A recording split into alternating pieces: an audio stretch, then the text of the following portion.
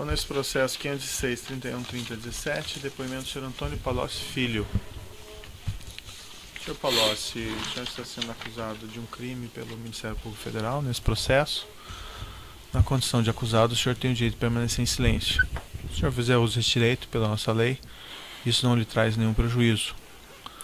Mas também a oportunidade que o senhor tem de falar no processo. Tudo que o senhor falar vai ser considerado para fins do julgamento. O senhor prefere falar ou o senhor prefere ficar em silêncio, senhor Palocci? Eu prefiro falar, doutor.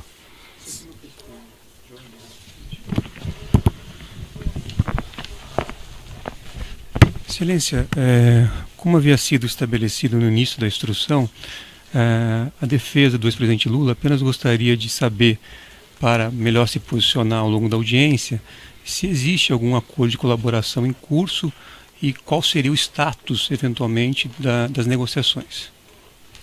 O Ministério Público pode esclarecer? Pois não.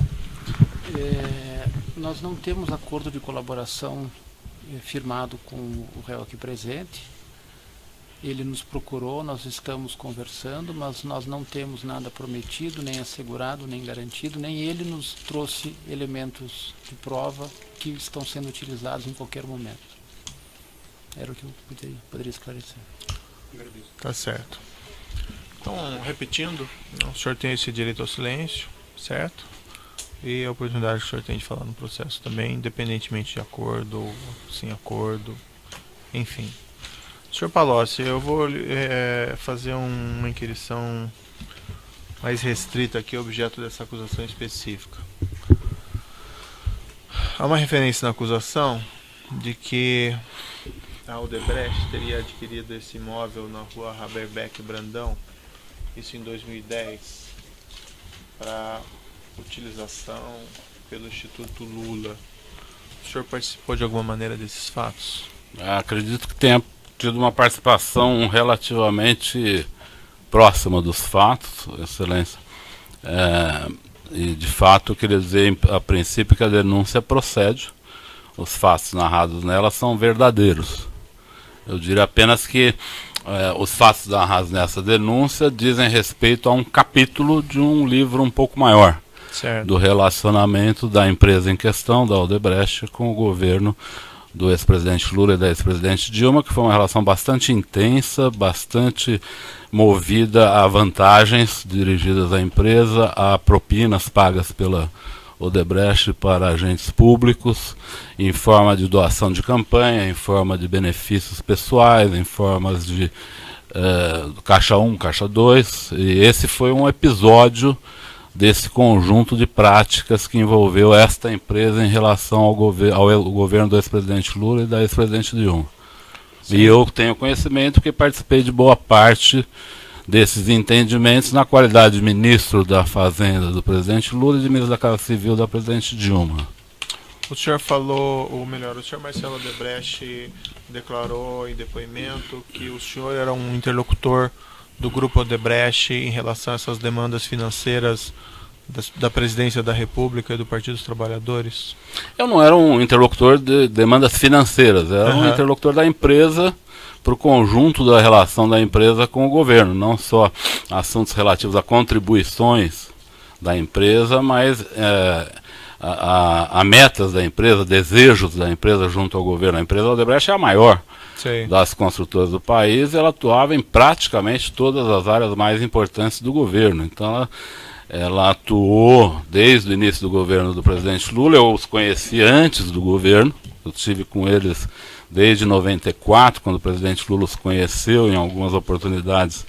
Esse conhecimento se deu com a minha presença e, portanto, eu me tornei amigo dos principais dirigentes da empresa, Dr. Emílio Odebrecht, Dr. Pedro Novis, Dr. Marcelo Odebrecht, desde antes do governo do presidente Lula ter início.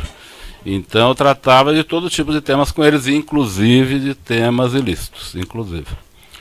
O senhor Marcelo Odebrecht, na verdade isso foi aprendido antes do senhor Marcelo Odebrecht apresentar, mas isso que foi discutido nesse processo e também no processo anterior, que é uma planilha informal do senhor Marcelo, de nome Produção Programa Especial Italiano, e que retrata aqui cerca de créditos de 200 milhões nessa planilha que teriam vamos dizer, segundo o senhor Marcelo Bahia Odebrecht, seriam valores que eram administrados com o senhor. Isso procede, não procede? O senhor pode me esclarecer? O Marcelo não falou nenhuma mentira, doutor, mas as coisas, do meu ponto de vista, ocorreram de forma diferente. Se o senhor me permitir, eu gostaria de explicar como chegamos nisso. Perfeito. Se o senhor me permitir me estender alguns minutos, pode ser? Claro. Na verdade, durante o primeiro e segundo governo do presidente Lula, as relações da Odebrecht com o governo foram muito fluidas. Tanto na área de construção civil, como na área de infraestrutura, como na Petrobras. A Odebrecht tinha uma intensa atividade na Petrobras, muitos contratos sendo realizados na Petrobras, e o relacionamento da empresa junto ao governo foi intenso, e as discussões que nós tínhamos com a empresa eram intensas. Veja, numa empresa desse porte, nem sempre a atitude do governo é de concordar com tudo que a empresa faz. Muitas vezes nós precisamos conter a força da empresa num determinado assunto que o governo quer fazer de forma diferente. No outro ponto, favorecemos a empresa num determinado momento. Não é uma relação linear. Não é uma relação permanentemente pacífica. Às vezes ela tem momentos de dificuldade. Mas a Odebrecht, em particular, tinha uma relação fluida com o governo em todos os aspectos. Diria, partindo dos aspectos de realização de projetos, assim como participação em campanhas. Certo. As participações em campanhas se davam de todas as maneiras. A maior parte com caixa 1. Mas o caixa 1, muitas vezes, originário de atitudes e de contratos ilícitos. O senhor pode exemplificar, assim, os contatos ilícitos que eventualmente geraram créditos? Diversos. Os da Petrobras, quase todos geraram crédito. Mas o senhor tinha conhecimento disso? O senhor participava disso? Não participei de todos, doutor, porque a Petrobras não era a minha área de atuação direta, mas eu conhecia a relação da Odebrecht com a Petrobras, os ilícitos da Petrobras, na área de serviços, na área de abastecimento e na área internacional eram bastante conhecidos. Na época eu os conhecia. Como é que funcionava em linhas gerais assim? Essas diretorias, elas foram nomeadas e ao longo do tempo se desenvolveu através delas. Na diretoria de serviços, o PT, na diretoria internacional, o PMDB, e na diretoria de abastecimento, o PP, se desenvolveu uma relação de intenso financiamento partidário, de políticos, pessoas, empresas, né? Então esse foi um ilícito crescente na Petrobras, até porque as obras cresceram muito e com elas os ilícitos. Então eu sabia disso, eu acompanhei algumas coisas, mas não era a minha área de atuação direta, isso é verdade. Como é que o senhor sabia disso? Porque eu era da cúpula do governo, doutor, eu não posso esconder o fato de que eu participava das principais reuniões de articulação do governo. Não era a pessoa mais importante, nem a segunda nem a quinta, mas eu participava das questões centrais do governo. Então eu conhecia essas relações, conversava com o presidente Lula sobre essas relações. Por exemplo, quando o presidente foi reeleito em 2007, ele me chamou no Palácio da Alvorada e me falou, eu soube que na área de serviços e de abastecimento, a área internacional era menos nessa época, era o Nestor Cerveró, na época era menos, mas ele falou, eu soube que na área de serviços, na área de abastecimento, estava havendo muita corrupção. Eu falei, é verdade, estava havendo sim. Aí ele falou, e o que é isso? Eu falei, é aquilo que foi destinado para esses diretores, operar para o PT num caso, para o PP no outro. E ele falou, você acha que isso está adequado? Eu falei, não, acho que isso está muito exagerado. Eu falei, ele falou que estava pensando em tomar providência, ele não estava gostando porque a coisa estava repercutindo de forma muito negativa. Mas logo após veio o pré-sal. E o pré-sal pôs o governo numa atitude frenética em relação à Petrobras, e aí esses assuntos de listas de diretores ficaram para terceiro plano, entendeu? E aí as coisas continuaram correndo do jeito que era. No meu relacionamento com a Odebrecht, eu digo ao senhor, eu algumas vezes pedi recursos para a Odebrecht, para campanhas. Normalmente não foi no período que eu era ministro, porque eu pedi antes de eu ser ministro, em 2002, e em 2006 eu já não era mais ministro. Então não foi durante o período que eu era ministro. Mas no período que eu era ministro eu tive um relacionamento fluido com eles também, não escondo isso não. Esse recurso de campanha, inclusive para as campanhas presidenciais? Principalmente para campanhas. Eu praticamente só atuava em campanhas presidenciais e para campanhas minhas. A Odebrecht também fez doações para campanhas minhas, a meu pedido. Na última campanha que eu fiz para deputado federal foi em 2006. Eu até antes de vir aqui chequei no TSE se tinha alguma doação legal no meu nome e não tinha. Se não tinha doação legal, eu lhe garanto que teve doação ilegal. Porque a Odebrecht não deixaria de doar para uma campanha minha, eu tenho certeza que ela fez doações importantes para mim também.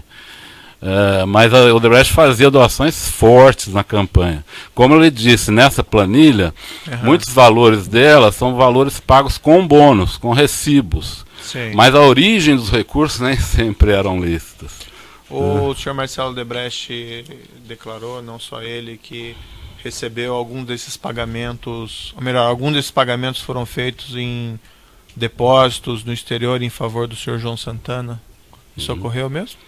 Eu nunca soube disso, doutor, porque deixa eu lhe dizer, quando eu peço um recurso para o Odebrecht, eu nunca peço, me faça um pagamento no exterior para tal pessoa, eu nunca fiz isso.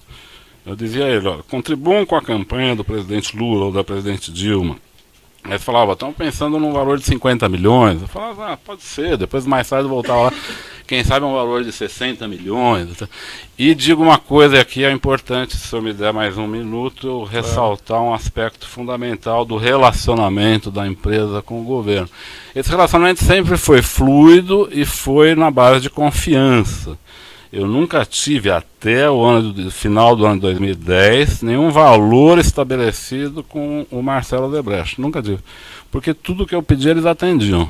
Sim. É lógico que eu também não pedia coisas absurdas. Eram coisas relativas ao relacionamento, não lícito, mas ao relacionamento de uma grande empresa com o governo. Mas eles nunca recusaram, então eu não tinha valores estabelecidos com o Marcelo Odebrecht. Em 2010 ocorreu uma coisa estranha, porque a empresa do Odebrecht se mostrou muito tensa com a posse da presidente Dilma. E uma tensão que eu diria desproporcional, uma tensão muito grande, porque havia uma razão para isso. No evento das hidrelétricas do Rio Madeira, onde a Odebrecht foi a realizadora do projeto, o senhor sabe que na área elétrica as empresas privadas fazem o projeto em parceria com as empresas públicas, não é? Elas desenvolvem o projeto e colocam em licitação, diferente de outras áreas onde é o governo que faz os projetos. Na área elétrica, as empresas fazem o projeto junto com empresas públicas e apresentam o projeto em licitação. Se elas ganham, a mesma empresa que fez, ela toca o projeto porque ela já investiu naquele estudo. Se ela perde, quem ganha a licitação paga para ela pelo estudo feito. Isso é normal, há décadas, isso é assim, não me parece fonte de problemas reais, os problemas são outros, na verdade, não é? E a Odebrecht, por ter feito o estudo do Rio Madeira, que gerou a ideia e o projeto de 2 hidrelétricas ali, ela tinha uma vontade imensurável, uma vontade incontrolável de realizar as 2 usinas. E a ministra Dilma, na época, ministra da Casa Civil, foi uma barreira fundamental ao Odebrecht, que ela não queria que o Odebrecht fizesse as 2 empresas, as 2 usinas. Ela achava que era uma concentração de obras inadequada. E nos convenceu, a mim, ao presidente Lula, que não era adequado aquilo, mas ela liderou um embate muito forte com a Odebrecht nesse momento, que resultou na Odebrecht ter perdido a segunda licitação e ganho a primeira a um preço muito ruim. Do ponto de vista do mercado, parecia um preço muito ruim, muito baixo. Né? Então, quando o presidente Dilma foi tomar posse, a empresa entrou num certo pânico. E foi nesse momento que o Dr. Emílio Odebrecht fez uma espécie de pacto de sangue com o presidente Lula. Ele procurou o presidente Lula nos últimos dias do seu mandato e levou um pacote de propinas para o presidente Lula, que envolvia esse terreno do Instituto, que já estava comprado, e o seu Emílio apresentou ao presidente Lula, o sítio para uso da família do presidente Lula, que ele já tinha feito, já estava fazendo a reforma em fase final, e ele disse ao presidente Lula que o sítio já estava pronto, e também disse ao presidente Lula que ele tinha à disposição dele para o próximo período, para ele fazer as atividades políticas dele, 300 milhões de reais. Eu fiquei bastante chocado com esse momento, porque eu achei que não era assim que era o relacionamento da empresa naquele... O senhor estava presente? Não estava presente. Porque eu sei disso, porque no dia seguinte de manhã, o presidente Lula me chama no Palácio da Alvorada e me conta a reunião. Uhum. Me conta a reunião. Ele também se mostrou um pouco surpreso, porque ele falou, olha, ele só fez isso porque ele tem muito receio da Dilma. Sei. Porque ele nunca tratou de recursos comigo, mas dessa vez ele tratou de um pacote de coisas e um recurso muito alto, e ele pediu para eu tratar desse recurso com o Marcelo Odebrecht. Aí é que surge essa tal planilha. Para mim, pelo menos. Para o Marcelo ela pode existir há décadas, porque o Marcelo tinha lá seus controles, que eu nunca, sempre respeitei, nunca perguntei como ele controlava, como não controlava os recursos da sua empresa. Sei. Mas nesse momento eu vou ao Marcelo e digo, Marcelo, o que está acontecendo? Por que seu pai levou uma reserva desse tamanho? Nós nunca falamos em tamanho de reservas, de conta corrente, nunca falamos sobre isso. Ele falou, não, meu pai acha melhor nesse momento, pelo fato da Dilma estar entrando, estabelecer de forma clara a relação, não mais, vamos dizer, não mais no fio do bigode, como a gente fazia, não mais na fluidez da confiança, mas numa relação mais explícita e mais objetiva, porque ele tem muito medo do comportamento da presidente Dilma ser um comportamento evasivo em relação aos nossos pleitos, e isso pode colocar em risco os nossos projetos. Uhum. Eu falei, Marcelo, eu não gosto dessa ideia de conta corrente, eu acho que nunca foi assim, não sei porque vocês reservaram 300 milhões, aí ele fez uma correção. Ele falou, não são 300 milhões, são 150 milhões, meu pai se equivocou. Aí isso, inclusive, dá origem a um e-mail que a senhora perguntou, se não me engano, para o Emílio ou para outra pessoa, de um e-mail que o Marcelo procura corrigir com o doutor Emílio, o senhor está falando errado. Eu li isso na imprensa, porque isso acabou saindo. Você está falando errado, não é 300, é 200, o outro 100 já foi dado, coisa assim. Há uma discussão entre eles sobre esses valores. E aí o que acontece? Eu volto ao presidente Lula, falei, presidente Lula, acho melhor a gente esquecer essa ideia de conta corrente. A empresa sempre contribuiu conosco, nunca houve dificuldades em relação a essa contribuição. Eu acho que estabelecer esse tipo de relação não é adequado. Ele falou, vamos ver, tal. Dias depois, o doutor Emílio volta ao presidente Lula, isso aí numa reunião no dia 30 de dezembro de 2010. Nessa reunião, o presidente Lula leva a presidente Dilma, a presidente eleita, para que ele diga a ela das relações que ele tinha com a Odebrecht e que ele queria que ela preservasse o conjunto daquelas relações em todos os seus aspectos, lícitos e ilícitos. Não, o senhor estava nessa reunião? Não estava nessa reunião. O presidente Lula, no dia seguinte, me chama de novo.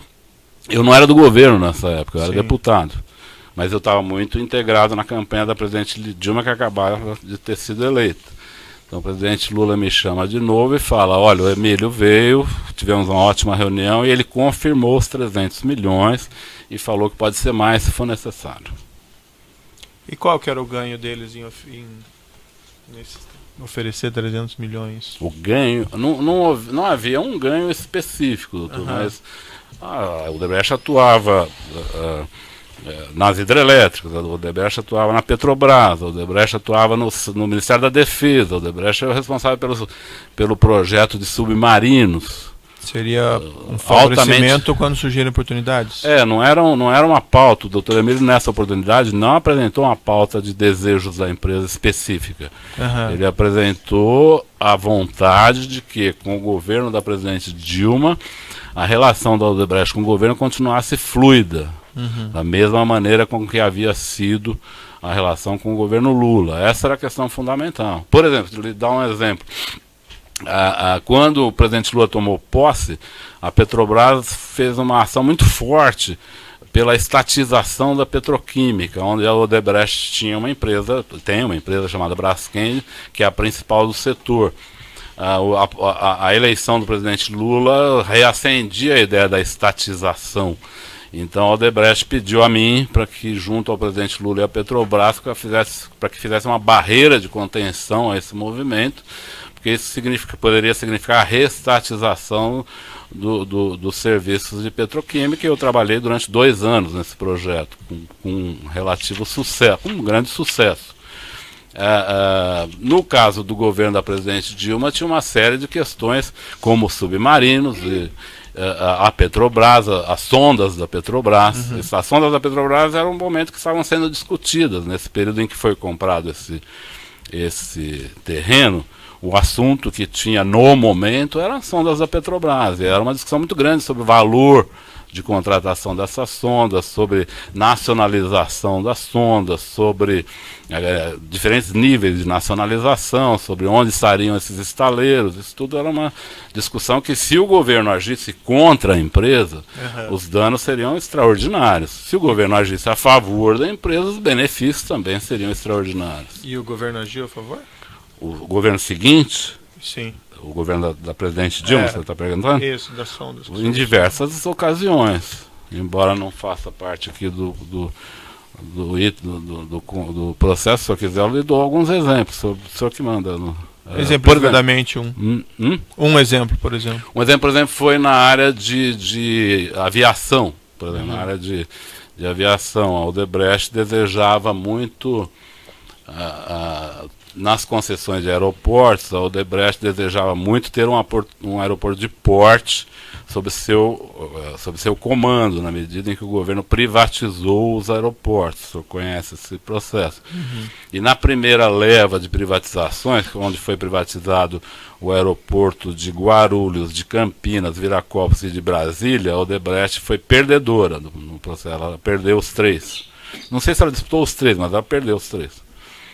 Talvez tenha disputado 2. Ela tinha muito desejo de ganhar a licitação do aeroporto de Campinas, e ela perdeu. E ao perder essa licitação, a Odebrecht entrou com recurso contra o consórcio vencedor dessa licitação, que era a empresa Triunfo e a empresa UTC, tentando na ANAC derrubar a decisão em favor dessa empresa Triunfo, e ela se sagrasse vencedora, porque ela tinha ficado como segundo preço do aeroporto de Viracopos. E o Marcelo Odebrecht e o senhor Alexandrino me procuraram diversas vezes nessa oportunidade para que eu intercedesse em apoio a eles, porque eu que havia nomeado o presidente da ANAC nesse momento, eles queriam que eu intercedesse no sentido de mudar o resultado da licitação para que eles fossem os vencedores como segundo colocados. Como eu não fiz isso e falei que não faria, achava inadequado fazer essa mudança, eles pediram que a gente desse uma solução. Eu fui à presidente Dilma, ela disse para que eles deviam ficar calmos, que numa próxima licitação ela cuidaria desse assunto. Aí eles retiraram o recurso que eles tinham na ANAC e foram beneficiados na licitação do aeroporto de Guarulhos, no Galeão, no Rio de Janeiro. Como foram beneficiados? Houve uma cláusula nessa licitação que impedia o vencedor da licitação de Cumbica de participar do aeroporto do Galeão, em condições livres. E isso foi colocado por solicitação da Odebrecht, então? Foi colocado por solicitação da Odebrecht, e eu tive participação nisso atrás, antes de sair do governo, e depois isso foi realizado Isso veio à tona de alguns formatos, talvez não nesse formato que eu estou lhe expressando, mas recentemente o Cláudio Melo da Odebrecht falou que o ex-ministro da Aeronáutica, o ministro... que é atual ministro. Mas acho que a gente não vai entrar em detalhes nessas outras. Mas só para lhe dizer, continuou. Diria ao senhor que a relação da Odebrecht no governo da presidente Dilma não foi tão fluida como era com o presidente Lula. O presidente Lula era um amigo da empresa de forma mais intensa, mas essa relação foi grande. Por exemplo, no caso do etanol, a empresa investiu bilhões em etanol no governo do presidente Lula, porque o governo do presidente Lula era grande incentivador do etanol. A presidente Dilma já não foi incentivadora do etanol. Só para lhe dar alguns exemplos. Eu não vou entrar em detalhes, coisas assim que não são tão pertinentes nesse processo, mas uma questão eu tenho que perguntar para a clarificação, porque o senhor Marcelo Odebrecht declarou isso. Ele mencionou que na época da aprovação do refis da crise, em 2009, teria recebido uma solicitação de 50 milhões de reais, salvo engano, para que os interesses da Odebrecht fossem atendidos na aprovação dessa legislação. Mencionou, salvo engano de memória meu, que essa solicitação teria vindo do ministro Guido Mantega, mas que o senhor teria conhecimento disso. É verdade. Isso aconteceu mesmo? Aconteceu. Se o senhor me permite, desculpa lhe ocupar tanto tempo. Não, mas, que é isso? No caso, teve 2 episódios. O episódio começou com a MP 460, A MP 460, eu acho que o senhor conhece esse assunto, Sim, ela restabelecia o crédito prêmio. Aí o ganho das empresas não seriam de alguns bilhões, seriam de dezenas de bilhões. E aí um grupo liderado pelo Marcelo Odebrecht, onde tinha também Benjamin Steinbuch,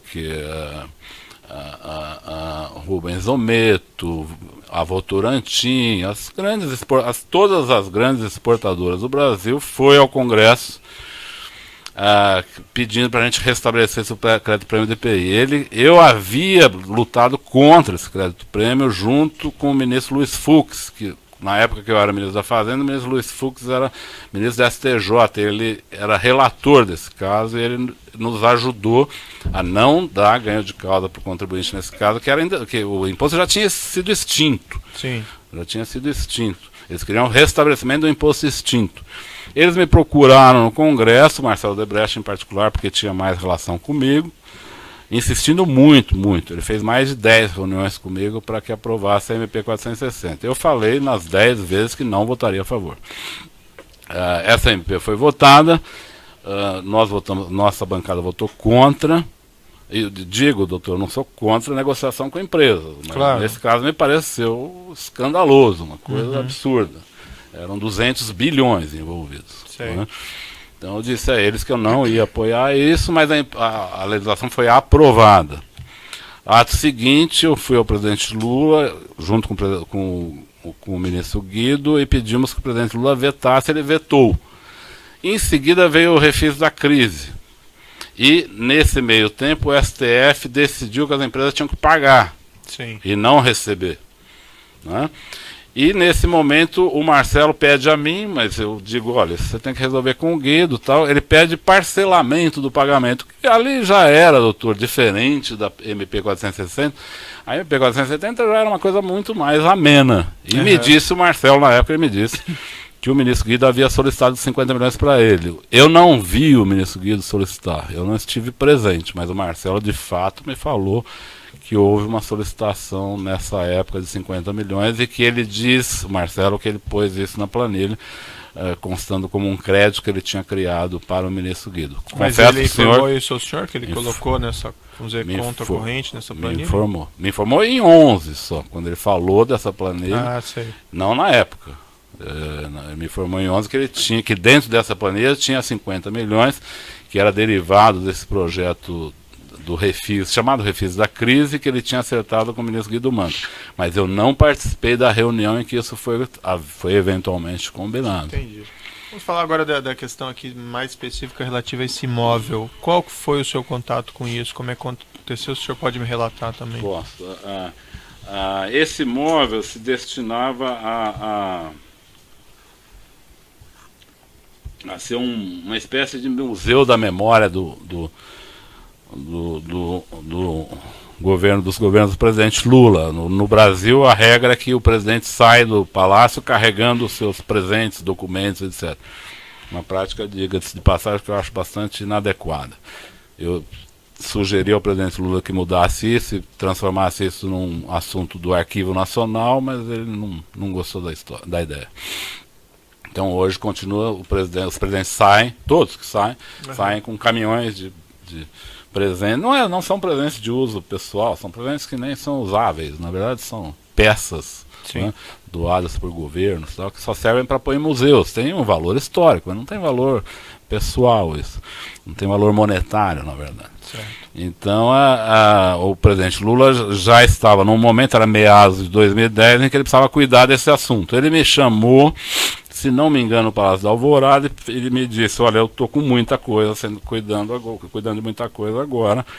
O Paulo Camoto e a dona Marisa estão olhando essa questão do futuro instituto. Eles estão atrás de um local para a instalação do instituto. Eu queria que você falasse com a dona Marisa e ver se você pode ajudar alguma coisa, ver como está isso, pediu para que eu desse algum apoio. 1 ou 2 dias depois eu fui a dona Marisa no Palácio da Alvorada, ela me atendeu no escritório do Palácio da Alvorada, numa mesinha de almoço que tinha nesse escritório, no primeiro andar do palácio. Eu vou fazer uma pausa pelo tamanho do áudio aqui, nós já retomamos. Então, nessa ação penal 506, 31, 30, 17, continuidade do depoimento do senhor Antônio Palocci Filho. Senhor Palocci, o senhor estava relatando então esse encontro que o senhor teve no Palácio com a Alvorada? Dona Marisa. Dona Marisa, então, eu falei para ela que o presidente Lula tinha pedido para eu atendê-la e ver se podia ajudar alguma coisa. Ela me relatou que o Lula estava com muito pouco tempo e ela queria agilizar a busca de um local porque ela estava vendo já, ela estava no Alvorada, onde estavam todos esses bens, que ia sair de lá caminhões com esses bens e ela ia ter que lidar com isso. E disse para mim nesse dia que o senhor Bunlai, José Carlos Bunlai, que era amigo da família, e o senhor Roberto Teixeira, que também é um advogado amigo da família, estavam cuidando desse assunto. Falei, ok, se precisar de algum apoio, eu estou à sua disposição, tudo. E voltei ao presidente Lula. Conversei com ele de novo, falei, escuta, mas como que o senhor está pensando? Ele falou, não sei, eles estão achando um local, vão ver uma forma de fazer. Tudo. Dias depois, o doutor José Carlos Bunlai me procura. Aí, acredito não, com certeza no meu escritório em São Paulo. E ele me conta a história, a mesma história, que ele estava junto com o Roberto Teixeira buscando um local para instalar o futuro Instituto Lula, que estava entre dois locais, uma concessionária e esse prédio que o senhor citou. Não é um terreno, muita gente fala terreno, não é um terreno, é um prédio. Sim, é um imóvel, é um prédio. Estava entre essa concessionária e esse prédio. E que ele iria cuidar disso, e que ele me pediu apoio junto ao Marcelo Debrecht para que o Marcelo ajudasse a pagar esse prédio. Eu fiz uma série de perguntas para ele na época. Eu falei, olha, o presidente Lula tinha pedido para eu acompanhar tudo, mas eu não estou entendendo o que vocês estão fazendo, porque o Instituto não vai ser feito para poder receber doações de empresas, e por aí a gente, vamos dizer, pintar de cores melhores doações listas e eventualmente até ilícitas, confesso. Não é para isso que nós estamos fazendo esse instituto, então por que vamos inaugurá-lo já com uma ilegalidade desse tamanho, com uma fratura exposta desse tamanho? Vocês vão comprar agora, em nome de vocês? Ele falou, não tem problema, porque meu sobrinho, chama Glauco Costa Marques, ele está cuidando de imóveis para mim, ele está nesse momento acertando um imóvel do presidente, que é vizinho do apartamento do presidente em São Bernardo, então ele vai fazer a aquisição desse outro imóvel, depois a gente vê como faz com o Instituto. Então. Eu voltei ao presidente Lula, eu ouvi, eu não quis desrespeitar a iniciativa do Dr. Bunlai, que é uma pessoa que eu tenho boa Essa relação. conversa o senhor teve com o Bunlai e com mais quem? Só eu e o Bunlai. Só eu e o Bunlai.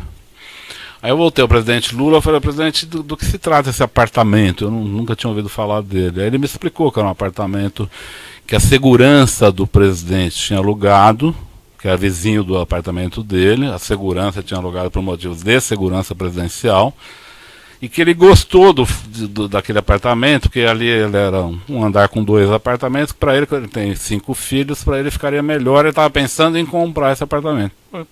Essa informação que ele me deu apenas. Aí eu voltei a falar com ele sobre o prédio do Instituto, eu falei da minha conversa com o Mulay, e falei, olha, eu estou preocupado, eu não gostaria de fazer desse jeito. Acho que o senhor está fazendo um instituto para receber doações e fazer sua atividade, não sei por que procurar agora um terreno, por que não esperar receber, não tem problema nenhum receber uma doação da Odebrecht, mas que seja formal, né? Ou pelo menos que ela seja revestida de formalidade, né? Eu até comentei com ele nesse dia, nosso ilícito com a Odebrecht já está monstruoso. Se nós fizermos esse tipo de operação, nós vamos criar uma fratura exposta desnecessária. Ele, vamos ver, tal, a coisa. Aí o Marcelo Odebrecht me procura dias depois. Não teve conclusão minha conversa com o presidente. Aí me procura o Marcelo Odebrecht. Marcelo Odebrecht me procurou um pouco preocupado também. Ele falou, olha, tá em curso essa compra.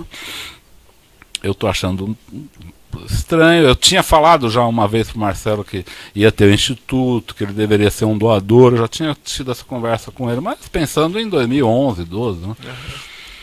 Ele concordou, ele disse que tinha feito doação para o Instituto Fernando Henrique, que faria também para o Lula, uma coisa normal, uma conversa normal. E aí o Marcelo veio com uma certa preocupação, ele falou, olha, já estou tentando fazer aquela contribuição, mas tem o Dr. Roberto e o Dr. Bunlai já estão adquirindo o prédio, pediram para que eu fizesse o pagamento. Eu queria ver com você, o que você acha, não não tinha conversa dessa planilha ainda, você entendeu? Aham. Foi uma conversa mais do que eu achava, tá? Essa planilha vai aparecer uns meses depois, na verdade. Aham. Aí eu voltei ao presidente Lula e falei, olha, tá acontecendo isso. Mas a Marisa quer assim, não sei o que, vê o que você pode fazer. O Marcelo voltou a falar comigo, foram várias reuniões isso, né? O Marcelo voltou a falar comigo, eu falei, Marcelo, olha, se eu fosse você, eu doava para o Instituto esse dinheiro e deixasse o Instituto comprar. Eu acho que você não deve fazer diferente. Ele falou que tinha tentado fazer isso e que o Paulo Camoto, presidente do Instituto, que viria a ser presidente do Instituto, disse que o Instituto não estava pronto para receber a doação. Eu falei, se ele não está pronto para receber a doação, não está pronto para receber um terreno também. Ele falou, o terreno não vai ser entregue ao Instituto agora. Eu falei, então não compre, porque nós vamos criar um problema. Quer dizer, ele falou, mas há muita pressão para que seja comprado do meu pai, ele falou do pai dele. Eu só fui entender depois, porque havia pressão, porque o pai dele queria levar o pacote do pacto do final do ano para o presidente Lula, então ele tinha que ter esse terreno. Tinha que ter o terreno, tinha que ter o sítio, tinha que ter os recursos. Na época eu não estava entendendo a pressa. Aí eu sugeri ao Marcelo, então faça o seguinte, compre o terreno, ou o prédio, e quando o Instituto for instalado, você doa o prédio. Não é legal doar um prédio. Ou pelo menos fica mais... com uma aparência mais legal. Desculpa, doutor, eu não estava de santo na história, não. Eu só estava querendo... Assim, o nosso ilícito com o Odebrecht já estava muito grande naquele momento. Sei. Eu achei que essa compra não precisava ser um ilícito. Ou pelo menos não precisava ser travestido, ser um ilícito travestido de ilícito. Certo. Então eu estava preocupado que ele fizesse um pouco melhor. Eu falei, Marcelo, compre a sede, então, e depois você doa a sede. Não é meio estranho você doar um prédio, mas é melhor doar um prédio do que fazer essa operação Tabajara que está se organizando aqui. Ele falou, não quero aparecer nessa compra. Não quero aparecer, não estou gostando. Eu falei, então não pague. Eu sei que a conversa não terminou bem, não chegamos a muita conclusão. E soube depois, eu querendo solucionar o problema, o presidente me cobrando que solucionasse, não tinha, o prédio já estava em processo de compra. Eu fui cuidar da campanha, não mais vi o andamento disso. Pedi para que o Brani, por isso que tem alguns e-mails para o Brani, como eu me atolei na campanha eleitoral nesse momento, pedi para que o Brani olhasse, recebesse os e-mails, me passasse quando tivesse alguma coisa, e quando comecei a acompanhar de longe isso. Não consegui comprar o imóvel do jeito que eu queria. Desisti da minha tentativa. Mas o Odebrecht comprou, daí então? Comprou. Mas e o senhor ficou sabendo? Fiquei sabendo. Isso lhe foi informado por quem? Por todos eles. Todos eles. Quando começou o ano 2011, todo mundo tinha sabido que o Odebrecht comprou um prédio. Eu ficava perguntando para ele, e aí, agora? Como é que vocês vão fazer? Eu perguntei para o Bunlai, como é que vai fazer agora? Eu não conhecia a DAG. A DAG, construtora, tem um prédio que vocês querem dar para o presidente Lula, vocês vão dar, vocês vão vender. E ninguém tinha resposta para isso. Eu falei, acho que vocês fizeram uma atrapalhada, entendeu? Isso foi assim até um dia que o presidente Lula me chama no Instituto, isso já em final de 11, se não me engano. Ele me chama e fala, o que você acha desse prédio? Eu falei, presidente, acho o que eu sempre achei. Eu tinha feito um projeto para o Paulo Camoto de fazer um instituto, até tenho esse projeto ali, até foi dentro do meu computador apreendido, está esse projeto lá escrito. Eu tinha feito um projeto de financiamento do instituto, com contribuição de empresas, as parceiras do governo. Insisto aqui de novo, doutor, não estou querendo dar de santo, eu queria ir atrás dos parceiros que o governo tinha criado vantagens para que eles dessem doação para o instituto. Eu entendi que era isso, a criação do instituto era para receber as doações prometidas, né? Eu falei para o presidente Lula, eu achei que era isso que você ia fazer. Agora, já começou comprando um terreno de uma forma completamente torta, o senhor não tem como pôr para dentro esse terreno. Acho que isso aí vai virar uma confusão, um dia nós vamos acabar num lugar como esse que nós estamos aqui. E ele falou, eu acho que está ruim mesmo, e pediu para que eu fosse na casa dele 2 dias depois, numa reunião, com ele, a dona Marisa, o Dr. Roberto Teixeira, o Bunlai e o Paulo Camoto. Por que ele pediu para que eu fosse? Eu falei, olha, não tenho, eu me distanciei desse assunto, o prédio está comprado, não posso fazer nada. Ele falou, não, vá lá e me ajude a convencer a dona Marisa, de que esse prédio é inadequado, a compra foi inadequada, porque se eu fizer isso, ela vai ficar brava comigo, porque ela fala que eu não cuido disso, tal. Se você fizer, ela vai entender melhor, porque ela gosta de você, ela te entende e tal. Eu fui lá achando que ia ter uma discussão, uma briga com a dona Marisa, mas na verdade tive uma briga com o Dr. Bunlai e o Dr. Roberto Teixeira, que achavam que a compra tinha sido absolutamente normal. E acho aqui, doutor, que do ponto de vista deles, que são homens de negócio, era normal. Então, não estou aqui criticando as pessoas, não. Do ponto de vista de negociadores, de pessoas de negócio, comprar, alguém pagar, alguém pôr outro para pagar, tá? Isso no mercado ocorre. Mas no conjunto era um ilícito grave aquilo. No conjunto, considerando a pessoa do presidente Lula, o governo, o Odebrecht, o Instituto Lula, aquilo era uma fratura exposta, era um convite à investigação. Né? E como é que as coisas... Aí a reunião andou mal, foi muito ruim, mas a dona Marisa, eu quero ser honesto com o senhor, não fez nenhuma exigência, ela concordou na hora e achou que devia dispensar esse prédio, por isso esse prédio foi dispensado. E aí como é que ficou? O Odebrecht pagou pelo prédio e daí não ficaram com o prédio, e daí como é que... Aí eu soube depois pelo Marcelo. O Marcelo me falou, ele estranhou, que não quiseram. Eu fui a ele, falei, olha, eu até falei para ele, desculpa, mas eu participei da decisão de não querer esse prédio, porque ele está, vamos dizer, bichado, né, do ponto de vista de licitude. Né? Não tem como. Ele falou, então eu vou pôr a OR, uma parte da Odebrecht imobiliária, para tentar outras alternativas, vou ver um jeito de repor esse dinheiro. Não é? E vamos ver se a gente arruma outra alternativa. Ele reagiu com naturalidade. Tá? E foi isso. Nesse processo, embora o senhor tenha feito esse relato, nesse processo tem alguns documentos aqui, eu só gostaria de indagar rapidamente ao senhor sobre eles. Ou antes, o senhor Branislav Conti, que o senhor mencionou, era seu espécie meu secretário? Ele, na época, assim, ele trabalhava comigo no Congresso Nacional. Sei. E ele, qual que era o grau de conhecimento que ele tinha dessa? Aí, doutor, vou ser bastante sincero, assim como não fui econômico em dizer quem fez o que, não vou ser econômico em dizer quem não fez. E eu diria que duas pessoas, das pessoas acusadas nesse processo, não têm nenhuma responsabilidade no que ocorreu. Uma delas é o Branislav.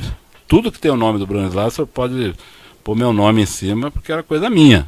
Era coisa que eu pedi para ele receber um e-mail, me passar um e-mail para o Marcelo, coisa apenas de transmissão de mensagem, de me alertar sobre uma coisa importante, porque eu estava numa campanha eleitoral, viajando para 3 estados no mesmo dia. Então eu pus ele de plantão para ver outros problemas que não da campanha, que ele administrava e me alertava. É só isso que ele fez. Então, no nome, onde está Brani, pode pôr Antônio Palocci, por favor, porque corresponde à verdade. E a segunda pessoa que também não cometeu nenhum ilícito nisso foi a dona Marisa. A dona Marisa, acho que merece ser considerada, não pelo fato dela não estar mais aqui, mas também pelo fato de que ela não fez nada de errado. Ela queria apenas buscar uma solução para o problema. Agora, nós todos os demais, eu digo nós, eu me incluo, fizemos uma operação bastante o senhor Branislav não sabia condenável. Que havia esses acertos ilícitos entre ele nem tinha o ideia. Odebrecht e o presidente Lula? Ele nem tinha ideia. Não?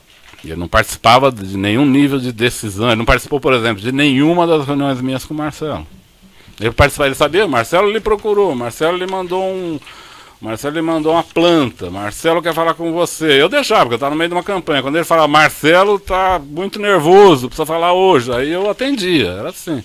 Em campanha é um pouco assim, quer dizer, o senhor espera uma ligação vir 10 vezes, quando a pessoa começa a apelar, o senhor atende. É meio um pouco isso. Eu tive meu telefone desligado na campanha, eu liguei na companhia, ela falou, seu telefone foi clonado porque o senhor, ele falou em 5 estados hoje. O fato é que eu tinha estado em 5 estados naquele dia. Então é um pouco assim, só para você entender o contexto de uma situação de campanha e o trabalho do Brani. O Brani apenas me alertava, me procurava, tal. Ele sequer tinha, eu acho que ele nem sabia que isso era destinado ao Instituto Lula. Perfeito. Tem um e-mail nos autos, que é no evento 1, anexo 230, que é um e-mail do Sr. Marcelo Baio Odebrecht, em 22 de setembro de 2010, para o Sr. Branislav, e na maneira como o senhor mencionou, ele encaminha documentos que são direcionados ao senhor. Então ele fala, preciso mandar uma atualização sobre o novo prédio para o chefe amanhã, qual a melhor maneira? E nesse documento também, já no anexo 1, evento 1, anexo 229, tem um texto aqui mais longo do Marcelo, e esse aparentemente estaria destinado não ao senhor Brani, mas, pelo menos segundo o Ministério Público, ao senhor consular. Chefe, referente ao prédio, eu vou lhe mostrar aqui, peço o senhor dar uma olhadinha nos documentos. Os primeiros são os e-mails, esse é o texto. Esse aqui? Isso, que começa... Não, ali começando, certo? No início lá. Referente ao prédio de ou para a quinta. Vamos fazer conforme orientado. Mas gostaria de compartilhar o cenário risco abaixo com você. O risco não vai ser ficar enrolado. Esse e-mail eu li. Né? Certo. E ele fez parte desse período, doutor, excelência, que eu estava conversando com o Marcelo, e ele preocupado e eu preocupado também, com um imóvel que estava sendo adquirido de forma inadequada, um imóvel inadequado com sócios que estavam numa situação pendente, com pendência junto à prefeitura. Era tudo isso que tinha. Ele queria que eu desse, de fato, o Marcelo queria que eu desse um aval para ele fazer o pagamento. Eu falei, Marcelo, você faça o que você achar que deve. Eu estou achando que isso aqui é Tabajara 7 Cruzes, entende? Agora, assim, falei para ele também, você é conhecido do lado do presidente Lula como alguém que dificulta as coisas também. Você vai ficar, nós vamos ficar culpados se não acontecer. Você decide o que você acha. Eu insisti, eu acho que ele devia depositar esse dinheiro no Instituto Lula. Ele falava, não tem Instituto Lula, espera ter e fala, estou aqui com 12 milhões para doar para a sede do Instituto, anuncia no jornal isso. Não é? Quer dizer, você não quer fazer através do Instituto aparecer uma relação que já está bastante comprometida, já tem muito ilícito, na verdade. Então o senhor se recorda dele ter alertado, dele ter alertado que esse imóvel estava todo enrolado juridicamente? Recordo. Eu sabia, acho que o Bunlai também me falou que tinha problema de família, que ia ter pagamento por fora, que eu falei, olha, eu acho que vocês não deveriam fazer isso. Pagamento no exterior eu nunca soube agora há uma semana, doutor. Perfeito. Que teve pagamento no exterior. No evento 928, anexo 37, tem uma anotação de agenda tratando de uma reunião. Supostamente estaria o senhor. Peço só para o senhor dar uma olhadinha. Evidentemente o senhor não deve recordar as datas, mas o senhor se recorda de ter participado de uma reunião com o Roberto Teixeira e com um executivo da Odebrecht Eu não conheço o doutor Paulo Melo nem Rodrigo Salles. Eu vi no processo essa reunião. Essa reunião, acredito que não tenha ocorrido, porque até hoje eu não conheço o Paulo Melo nem o seu Rodrigo Salles. E não fiz nenhuma reunião com o senhor Roberto Teixeira sobre este prédio. Nunca. Fiz com o Bunlai, mais de uma, com o Marcelo mais de uma, com o presidente Lula diversas. Eu conversei com o seu Emílio, com o Alexandrino, com todas as pessoas, mas nunca com o senhor. Eu tinha entendido antes que o senhor disse que tinha se reunido com o senhor Roberto Teixeira também, sobre esse prédio? Não, sobre o prédio não. Não, reuni na casa do presidente Lula no último ato da discussão do prédio, isso é verdade. Mas no processo de compra, não. Não. No processo de compra eu reuni com o Bunlai, com o presidente Lula, com o senhor José Carlos Bunlai, com o presidente Lula e com o Marcelo Odebrecht. Nunca com o Roberto Teixeira. Com o Roberto Teixeira eu me reuni nesse dia na casa do presidente Lula, quando se resolveu não trazer o prédio para o Instituto. Então essa reunião, doutor, pode ser que ela tenha ocorrido. Eu realmente não me lembro, até porque não conheço até hoje essas pessoas. Perfeito. Consta aqui também no evento 972, anexo 2, um e-mail do senhor Marcelo Baio Odebrecht, 30 de março de 2010, para o senhor Branislav. E ele começa assim, Brani, tudo bem? Diga ao chefe que a única maneira de evitar... Eu vou lhe mostrar aqui, só lhe perguntar se o senhor se recorda qual que é o conteúdo desse... do que você estava tratando, assim. Se é que esse e-mail chegou no senhor... Isso é exatamente diz respeito a 470. A MP 470. Refis da crise.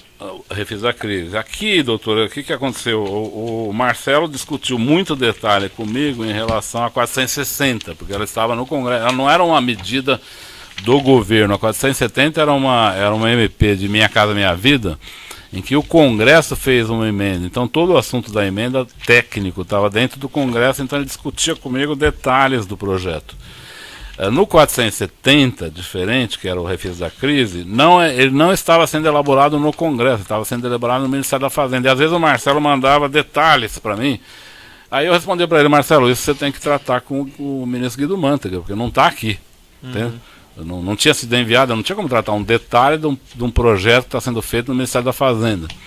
Então eu recebi vários e-mails dele, não só esse, mas normalmente esse tipo de e-mail eu retornava para ele dizendo: olha, isso você precisa ver com o ministro Mantega, nós só vamos atuar nisso quando ele estiver aqui. Eu não tinha como falar do detalhe de um projeto que estava sendo elaborado por um técnico do Mantega. Provavelmente nem o ministro Mantega estava tratando desses detalhes nessa o senhor fala que o senhor Branislav ele não tinha responsabilidade, mas nessa planilha aqui, a referência em 2012 a 2013, segundo o senhor Marcelo Odebrecht, diversos lançamentos de débito a título de programa B, que ele afirma que seriam saques, vamos dizer que seriam retiradas de valores em espécie, e B seria Branislav e o destinatário seria o ex-presidente. O senhor pode esclarecer isso? Eu não sei se eu posso esclarecer tudo, talvez o Marcelo possa esclarecer mais, eu acho que ele tem conhecimento disso, mas em geral, a retirada, depois de 2011, quando deixei o governo, o senhor vê que o próprio Marcelo falou, e é verdade, eu não tratei mais de assunto de campanha, não voltei a tratar mais de recursos da empresa. Mas talvez em 12 e 13 eu volto a tratar de alguns recursos a pedido do presidente Lula. Então tem um episódio que o Marcelo relatou que é verdadeiro. Ele fala num pedido que eu fiz a ele de 4 milhões para o Instituto Lula. Você se recorda disso? Sim. Isso é verdade. O Paulo Camoto me pediu para que eu ajudasse ele a cobrir um final de ano do Instituto que faltava recurso. Acho que foi meio para o final de 2013, começo de 2014, ele tinha um buraco nas contas, ele me pediu para arrumar recursos. Eu fui ao Marcelo Odebrecht, eu ia viajar para o exterior, ele que precisava com muita urgência. A ideia dele é que eu procurasse várias empresas. Eu falei: ó, não posso, eu vou procurar só o Marcelo, eu vou pedir para ele. Pedi 4 milhões para ele, que era o que o Paulo precisava.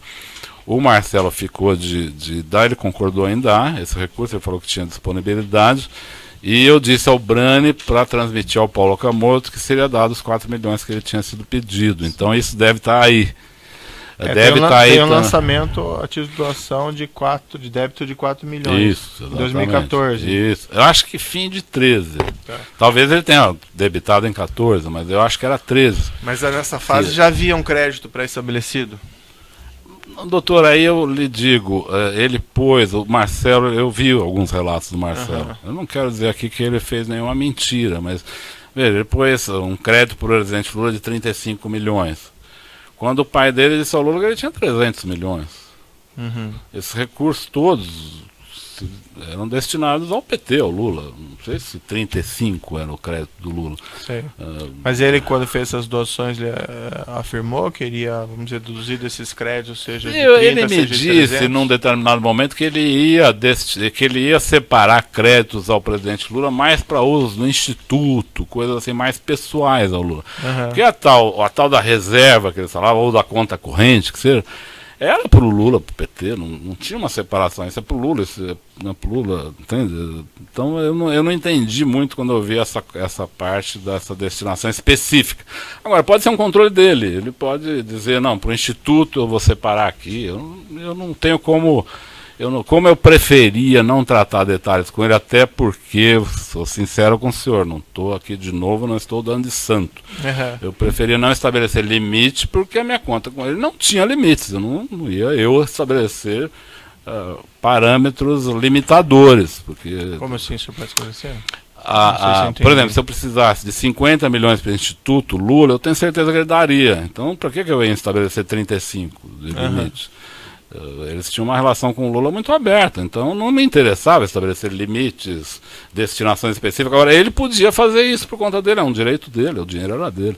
Então eu não posso lhe explicar detalhes disso. Agora, posso lhe explicar que eu pedi dinheiro para o Instituto, que muitas vezes mandei o Brani entender com o pessoal do Marcelo sobre o Instituto. Em algum período, o Paulo Camoto me pediu um dinheiro em cash com uma certa permanência, que também foi buscada na operação estruturada da Odebrecht. Mas aí era enviado o Branislav para fazer... O Branislav que ia tratar o detalhe. Eu imagino que ele pedia para alguém da Odebrecht entregar o Paulo Okamoto. Ouvi pessoas da Odebrecht dizer que o Branislav levou o dinheiro algumas vezes lá. Ele nunca me falou que levou o dinheiro lá. Ele ia lá combinar. Porque, na verdade, o Paulo Okamoto tinha uma relação muito, muito tranquila com as pessoas da Odebrecht também. E ele pediu, o Paulo Okamoto pediu várias vezes durante uns 3, 4 anos para que eu arrumasse recursos em cash para o Instituto. Eu até, de novo, perguntava a ele, olha, o Instituto não serve para formalizar doações, só por que vamos pôr recursos em cash? Ele fala, não, tem algumas necessidades mais particulares assim que nós não queremos contabilizar. Eu ajudava dessa maneira. O Ministério Público faz uma afirmação, eu queria voltar num tema atrás que o senhor falou lá da corrupção da Petrobras, que o senhor afirma que tinha conhecimento. O Ministério Público faz uma afirmação que na diretoria de serviços o senhor Renato Duque seria, vamos dizer assim, o executivo responsável por esses acertos. O senhor tinha conhecimento disso na época? Olha, o senhor bastante claro, com o senhor bastante franco, essas pessoas não foram nomeadas com essa finalidade ou com esse perfil. Eu me lembro, até porque eu era coincidentemente, eu era do Conselho de Administração da Petrobras. Certo. Eu não conhecia Renato Duque, não conhecia Jorge Zelado, não conhecia Paulo Roberto. Os conheci por currículo. Entendi. Né? E o currículo deles era de currículos extremamente capacitados para os cargos que eles estavam sendo indicados. Então, eu não acredito que houve um planejamento prévio com esses diretores acerca de listos. Não acredito. Mas que logo se começou a estabelecer comportamentos de vantagem para empresas e de pagamentos, isso começou a ocorrer logo. Mas e como que isso se desenvolveu, se é que o senhor pode, se é que o senhor tem conhecimento? Como é que o senhor poderia descrever? Como olha, isso... é preciso ver o seguinte, doutor, a Petrobras valia, na posse do presidente Lula, 15 milhões de dólares. Bilhões, né? Bilhões de dólares. Em 3 anos ela devia estar valendo 300 bilhões de dólares. Por quê? O petróleo cresceu de valor por causa da guerra do Golfo. A Petrobras achou novas reservas e passou a ser incentivada a grandes investimentos. Então ela teve um crescimento extraordinário. Ao fim disso ela descobre o pré-sal. Então ela explode. Então, e acho que o pré-sal foi um dos grandes males para o Brasil, porque o Brasil não soube lidar. O pré-sal é uma riqueza, mas é preciso saber lidar com a riqueza, senão ela acaba se tornando um problema, e no nosso caso ela acabou se tornando um problema, porque se fez todo tipo de iniciativa, de processo sem controle, sem estudos adequados, sem cálculos adequados, e que muitos projetos acabaram não saindo do papel, custaram. Pega, por exemplo, a refinaria Premium 1 e a refinaria Premium 2, cada uma custou 3 bilhões e está no papel. Sim. Né? Então eu acho que isso foi ocorrendo progressivamente na Petrobras, não foi uma coisa instalada na Petrobras, foi uma coisa que progressivamente foi ocorrendo. Eu lembro, por exemplo, na diretoria internacional, num determinado momento, o PMDB parou de votar com o governo porque exigia a diretoria internacional da Petrobras, porque já tinha o Cerveró, mas o Cerveró era mais ligado ao Delcídio, não tanto ao PMDB, eles queriam nomear um diretor. Aí indicaram o senhor João Henriques, que o Dr. Gabriel não aceitou, disse que não tinha um currículo adequado, e depois eles indicaram o Jorge Zelada, que o Gabriel aceitou. Mas e se tinha conhecimento que os diretores, apesar de não serem nomeados necessariamente para isso, tinham por função fazer essa arrecadação para os partidos também? Tinha. Em cima de contratos da Petrobras? Tinha. O senhor tinha esse conhecimento, né? Eu tinha esse conhecimento. Tanto é, doutor, que eu lhe relatei, em 2007, o presidente Lula senta comigo e fala, eu tenho ouvido falar que a diretoria de serviço, a diretoria internacional, a diretoria de abastecimento está tendo muita corrupção. Isso é verdade? Eu falei para ele, é verdade. Eu sabia. E ele sabia também? Sabia também. E esses valores, inclusive... Ele estava preocupado com isso, mas quando veio o pré-sal e aí vieram investimentos de todo tipo, ele perdeu as preocupações e mais. Ele até chegou a encomendar que os diretores, a partir daí, fizessem mais reservas partidárias. Tá, já vou interromper o município pelo tamanho do áudio, nós já voltamos a essa questão.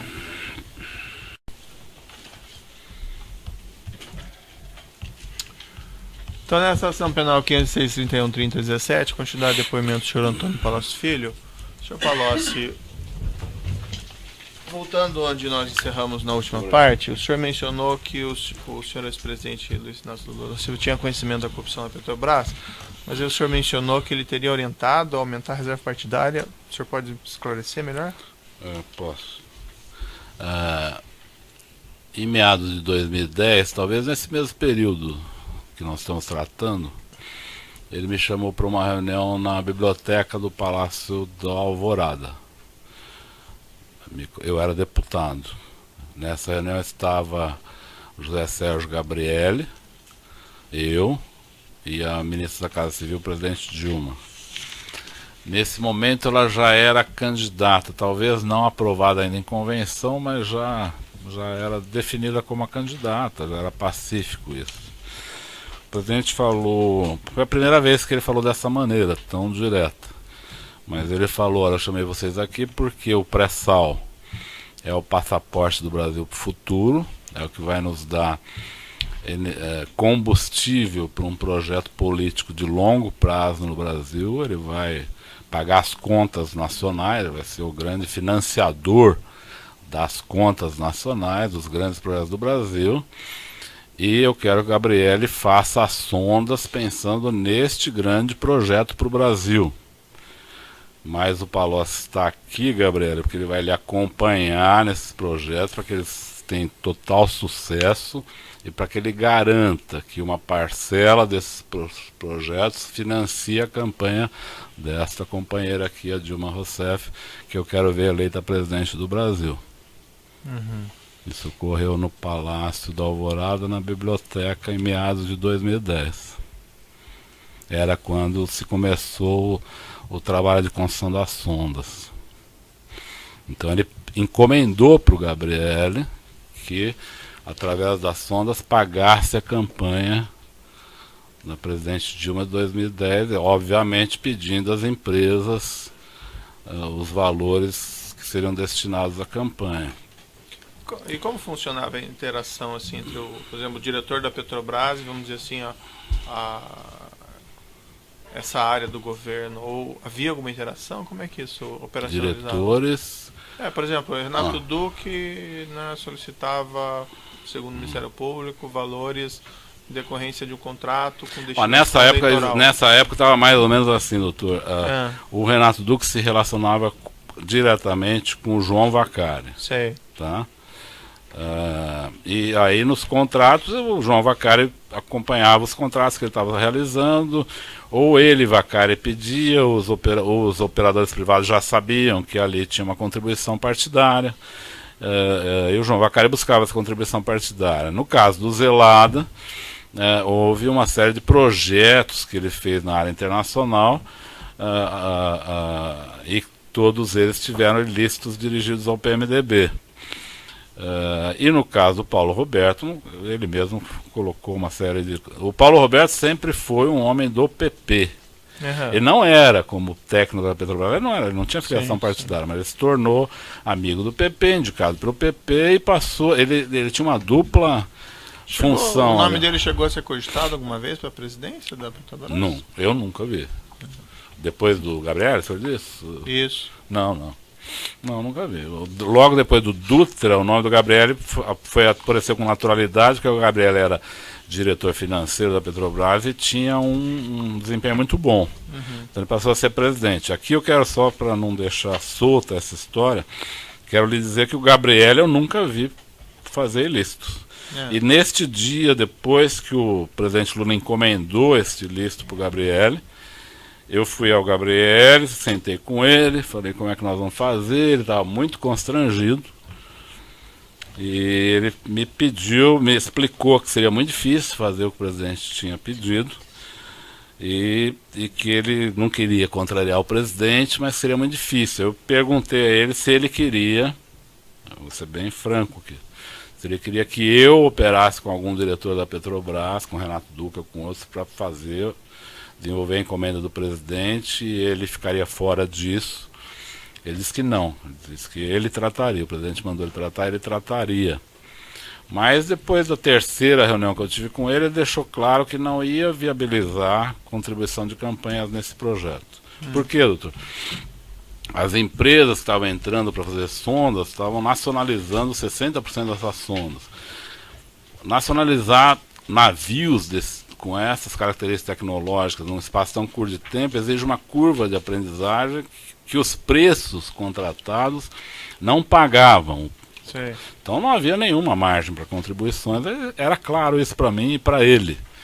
Ele me colocou isso, para mim estava claro que nada ia acontecer ali de ilícitos, né, em termos de, vamos dizer, de fazer o pagamento. Ilícito já era o processo, mas o pagamento não iria ocorrer porque não havia margem para isso. Inclusive, o senhor deve ter notado, quando as empresas vieram aqui, em vários processos, que se perguntou de sondas, por exemplo, a UTC, a Odebrecht, falaram que não pagaram. Mas teve algumas que pagaram. Algumas que pagaram, eu vou lhe explicar.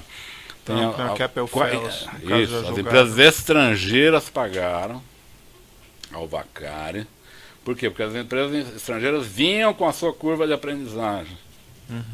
E conseguiam fazer navios no Brasil, não com a mesma curva construída no seu país de origem, mas com um ganho de tecnológico e de experiência muito maior. Eles estavam, vamos dizer, na curva de aprendizagem lá na frente, nós estávamos aqui no início. Então, se o senhor observar, não há empresas nacionais que tenham dado contribuição para o Vacari. Apenas empresas estrangeiras. E mais, as nacionais deram contribuição para o senhor Barusco. Sim.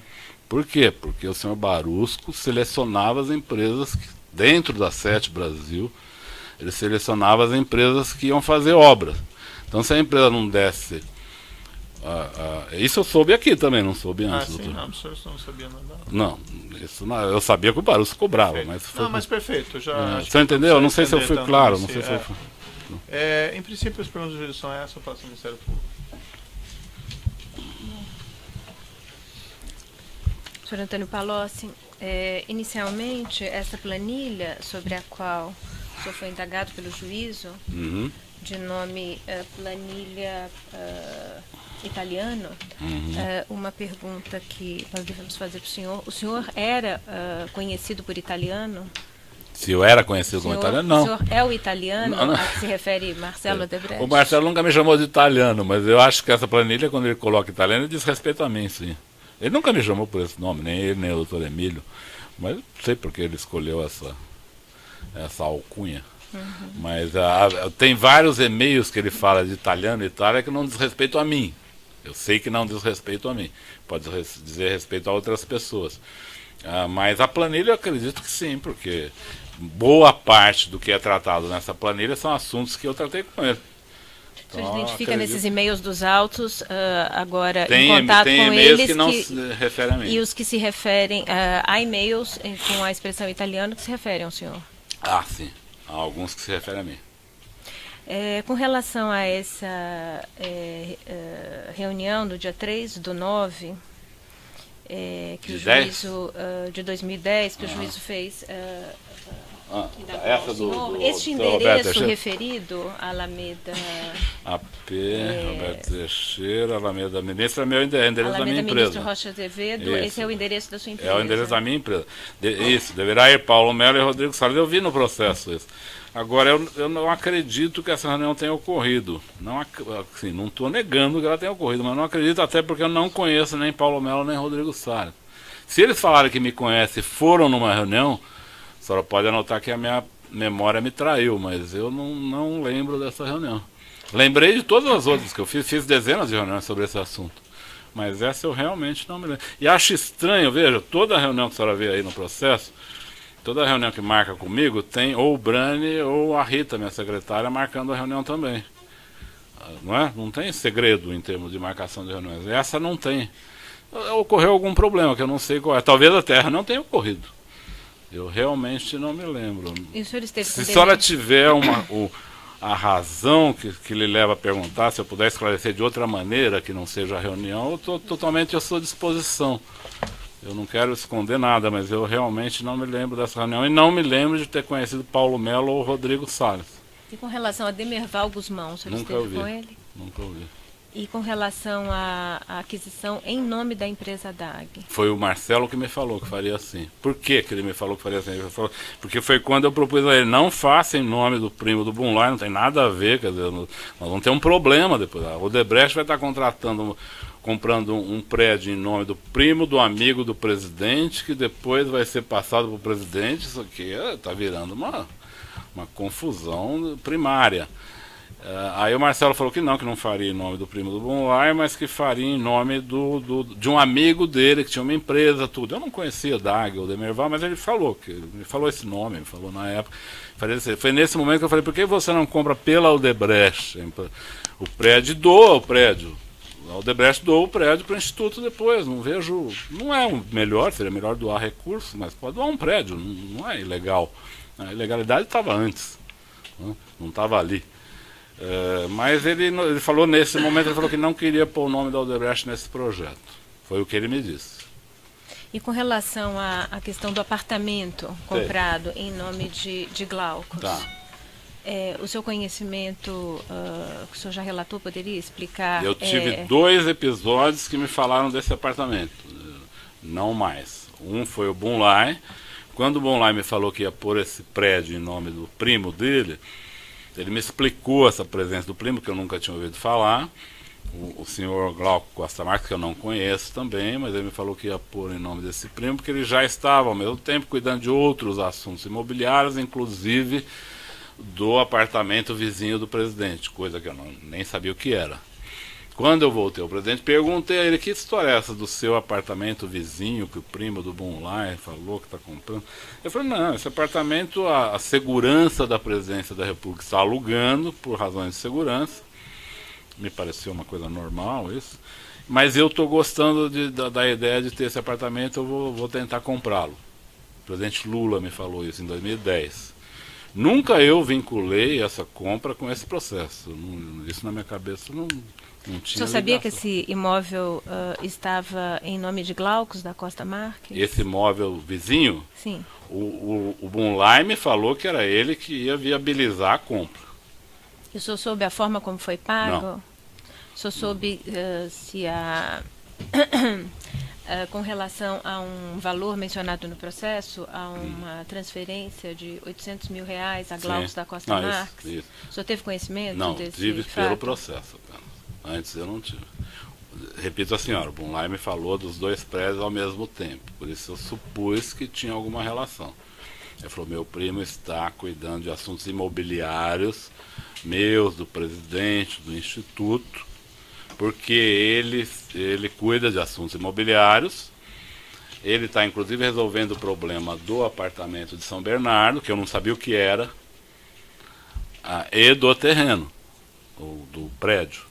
Aí eu perguntei para o presidente Lula, que apartamento é esse de São Bernardo? Ele me contou, é o meu vizinho, que a segurança da presidência da República alugou por razões de segurança, mas que eu, como tenho 5 filhos, e aí o apartamento do presidente é pequenininho, né? Apesar de ser uma cobertura em São Bernardo, é pequeno. Então ele achou que ele estava pensando em comprar esse outro para ter um espaço melhor ali. Me falou que estava com intenção de comprar. Dias depois que o Bunlai tinha me dito que o Costa Marques estava tentando viabilizar a compra desse apartamento. Isso é o que eu sei. Agora, que uma coisa tinha relação com a outra, eu não sabia. Eu só soube porque ele me falou ao mesmo tempo. Mas a questão de pagamentos eu nunca acompanhei. E sobre celebração de contrato de locação entre Glaucus da Costa Marques e o presidente? Marisa? Nunca soube. Nunca vi nenhum comentário sobre isso. O senhor iniciou a mencionar ao juízo que PRC tinha uma dupla função. O senhor pode explicar? O senhor disse o Paulo Roberto Costa. Não, eu parei no meio nessa coisa. Não, o problema é o seguinte, o Paulo Roberto Costa, ele foi uma pessoa indicada pelo PP e por pessoas da Odebrecht ligadas à Braskem, porque a Braskem tinha dificuldade de resolver os problemas de nafta na Petrobras. Então ela também participou da mudança dessa diretoria junto com o PP. Mas depois de um tempo, o Paulo Roberto teve uma doença muito grave, e o PP começou a buscar uma alternativa ao nome deles. Causou um mal-estar entre eles. O Paulo Roberto voltou depois, vamos dizer assim, com uma tripla relação. Ele passou a ter uma relação com o PP, com senadores do PMDB e com o PT. Mas se o senhor pudesse esclarecer um pouco mais com relação a essa dupla função, o senhor se Não, referiu dupla função, a, eu digo, a resolver trata problemas de dupla que função, natureza? É que ele tinha uma relação específica com o PP, até essa doença dele. Depois dessa doença, ele voltou à diretoria, aí já essa volta dele se dá numa relação que ele restabelece não só com o PP, mas com pessoas do PT e com pessoas do PMDB. Eu não fui claro, doutor? Desculpa. A referência que o senhor fez a Braskem, eu não compreendi. Não, a Petrobras, o segundo assunto, além da estatização da Braskem, que tinha no começo do governo Lula, eram as negociações da NAFTA com a Petrobras. A NAFTA é um insumo essencial. Mas assim, daí, desculpe, doutor, eu interromper, mas tem... eu estou... em relação à nomeação de Paulo Roberto Costa, em que contexto ocorreu? Na verdade, os diretores da Braskem tinham dificuldades de negociar com o diretor anterior, que chamava Rogério Manso. Então, de certa forma, a Petrobras, a Braskem e a Odebrecht, vamos dizer, participaram do esforço da substituição dessa diretoria. O senhor acompanhou esse episódio? Acompanhei. Não, eu não tinha mando sobre ele, mas eu soube o que estava acontecendo. Foi na condição de ministro da Fazenda. E de integrante do Conselho de Administração da Petrobras também? O senhor esteve no Conselho de Administração da Petrobras em que período? De começo de 2003 até março de 2006. Então o senhor participou dessas nomeações no âmbito da de Petrobras? De Paulo Roberto Costa, Também, de Renato Duque? Também.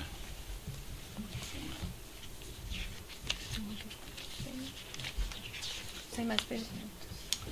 Eu vou seguir aqui na ordem alfabética da denúncia, então eu passo primeiro a palavra para o Branislava Conti, a defesa. A defesa de Demerval Guzmão. Sem perguntas. A defesa de Glauco Costa Marques. A defesa de Luiz Inácio Lula da Silva.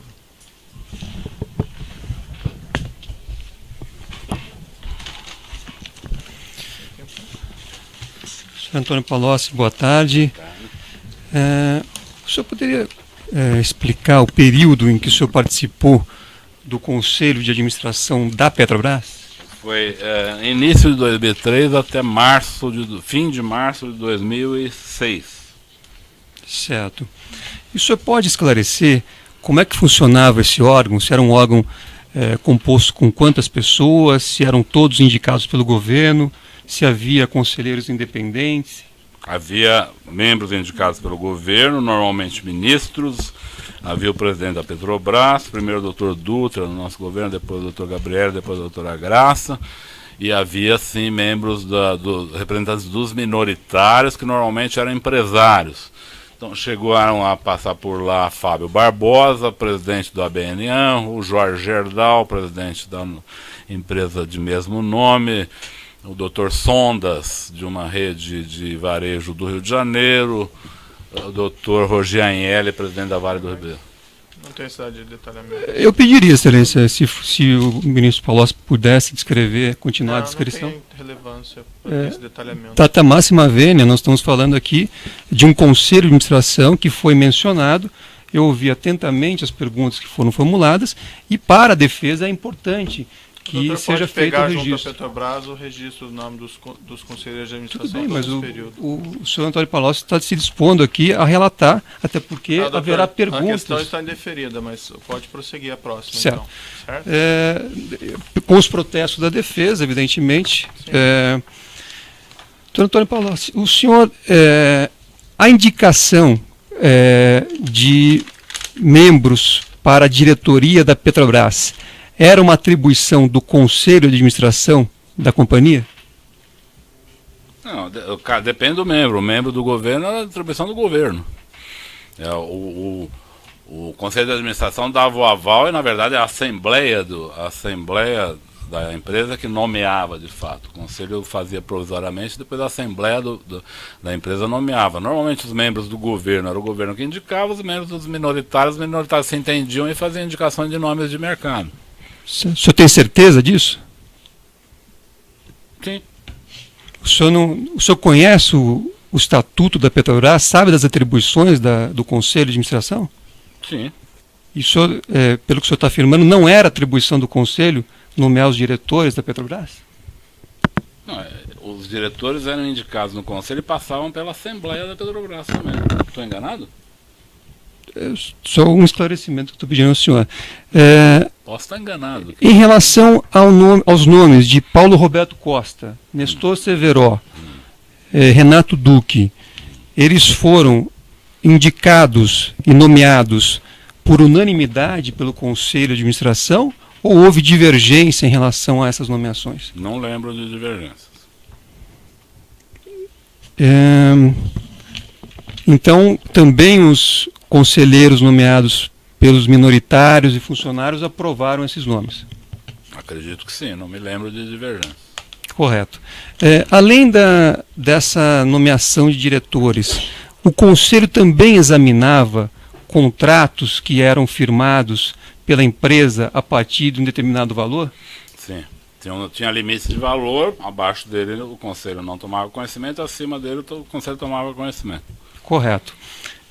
Aqui a denúncia faz referência a 8 contratos que foram firmados pela Petrobras. Eu não sei se o senhor tem conhecimento desses 8 contratos, mas eu vou apenas para lembrá-lo. O primeiro é o consórcio Compar, o segundo é o consórcio Refinaria Abreu e Lima, o terceiro é o consórcio Terraplanagem Compege, o quarto é o consórcio Odebei, o quinto é o consórcio Odebei Plangás, o sexto é o consórcio Odebei Odetec, o sétimo o sexto é o consórcio Odebei Flé, o sétimo é o consórcio Odetec e o oitavo é o consórcio Rio Paraguaçu. O senhor se recorda se esses contratos foram aprovados pelo Conselho de Administração da Petrobras? Não me recordo. Me recordo de alguns desses projetos, mas não me recordo qual passou, quando passou. Certo, mas eram discutidos. O senhor se recorda que esses contratos foram discutidos no âmbito do Conselho? No âmbito do Conselho, ou pelo menos de outros ambientes que eu participava. Esses contratos eram conhecidos. Com o Comperja é um contrato conhecidíssimo. Correto. Então, não era atribuição exclusiva de um diretor firmar um contrato como esse. Havia necessidade de uma discussão diante de contratos dessa magnitude no âmbito do Conselho. Nem sempre. Os diretores da Petrobras tinham uma liberdade para estabelecer e assinar contratos de alto valor. Certo, mas esses 8 que eu citei aqui para o senhor, eu precisaria olhar um por um, ver os valores. Se eles passaram pelo Conselho... Só quer saber se houve listos, em vários deles eu soube que houve. Não, minha pergunta não é essa. Minha pergunta é se o senhor sabe dizer se esses 8 contratos acho que ele já disse que passaram ele não se pelo recorda Conselho. Especificamente, já respondeu isso, doutor. Certo? Então pode ir para a próxima pergunta. O senhor sabe dizer, se o senhor não sabe todos, ao menos alguns o senhor se recorda se passaram pelo Conselho de Ele Administração? também já respondeu essa questão, pode passar para o próximo. Me parece que não, excelência. Sim, respondeu, doutor. Se eu quiser responder, eu realmente não me recordo. Eu recordo de ter falado sobre esses projetos, que alguns deles, como o Comperja, eram muito famosos. Então eu falei em vários ambientes sobre ele, mas não me lembro se foi no Conselho. Acredito que o Comperja possa ter sido discutido no Conselho, mas não tenho certeza. Correto. O senhor, como membro do Conselho de Administração da Petrobras, o senhor se recorda das estruturas de controle que a companhia dispunha à época em que o senhor participava? Sim. O senhor pode descrever, ainda que objetivamente? Existiu o Conselho Fiscal, existiu um conselho nomeado por nós, do próprio Conselho de Administração, presidido pelo Fábio Barbosa, que fez um trabalho específico de fazer uma avaliação mais profunda sobre os procedimentos internos da empresa, o sistema de compliance e sugestões para melhor adequar a empresa. Isso existiu. Correto. E esses contratos aqui foram objeto de análise desses sistemas de controle também? Não necessariamente. O senhor sabe dizer se algum deles foi? Não sei dizer. O senhor sabe se a Petrobras dispunha de auditorias internas e auditorias externas? Sim. E alguma vez o senhor sabe se foi apontado por essas auditorias qualquer ilícito em relação a esses contratos? A esse que o senhor se referiu? A esses 8 contratos que são objeto da ação penal. Não, nunca vi. Correto. Com relação... O Comperj depois ficou um contrato famoso pelo ilícito. Né? Certo, mas... Ele ganhou fama pelo ilícito, não pelo que ele realizava. Certo, mas o senhor sabe se, durante o período que o senhor estava lá, se as auditorias fizeram algum questionamento em relação a esses contratos? Não me lembro. O senhor se recorda, como membro do governo, se a partir do início do mandato do ex-presidente Lula, a Controladoria Geral da União foi efetivamente implantada e foi dada a ela a competência para também fiscalizar a Petrobras? Ela foi, de fato, fortalecida e ela tinha algumas inserções em relação à Petrobras, isso é verdade. Certo, ela tinha uma atuação também na Petrobras e isso ocorreu no início do governo do presidente Lula.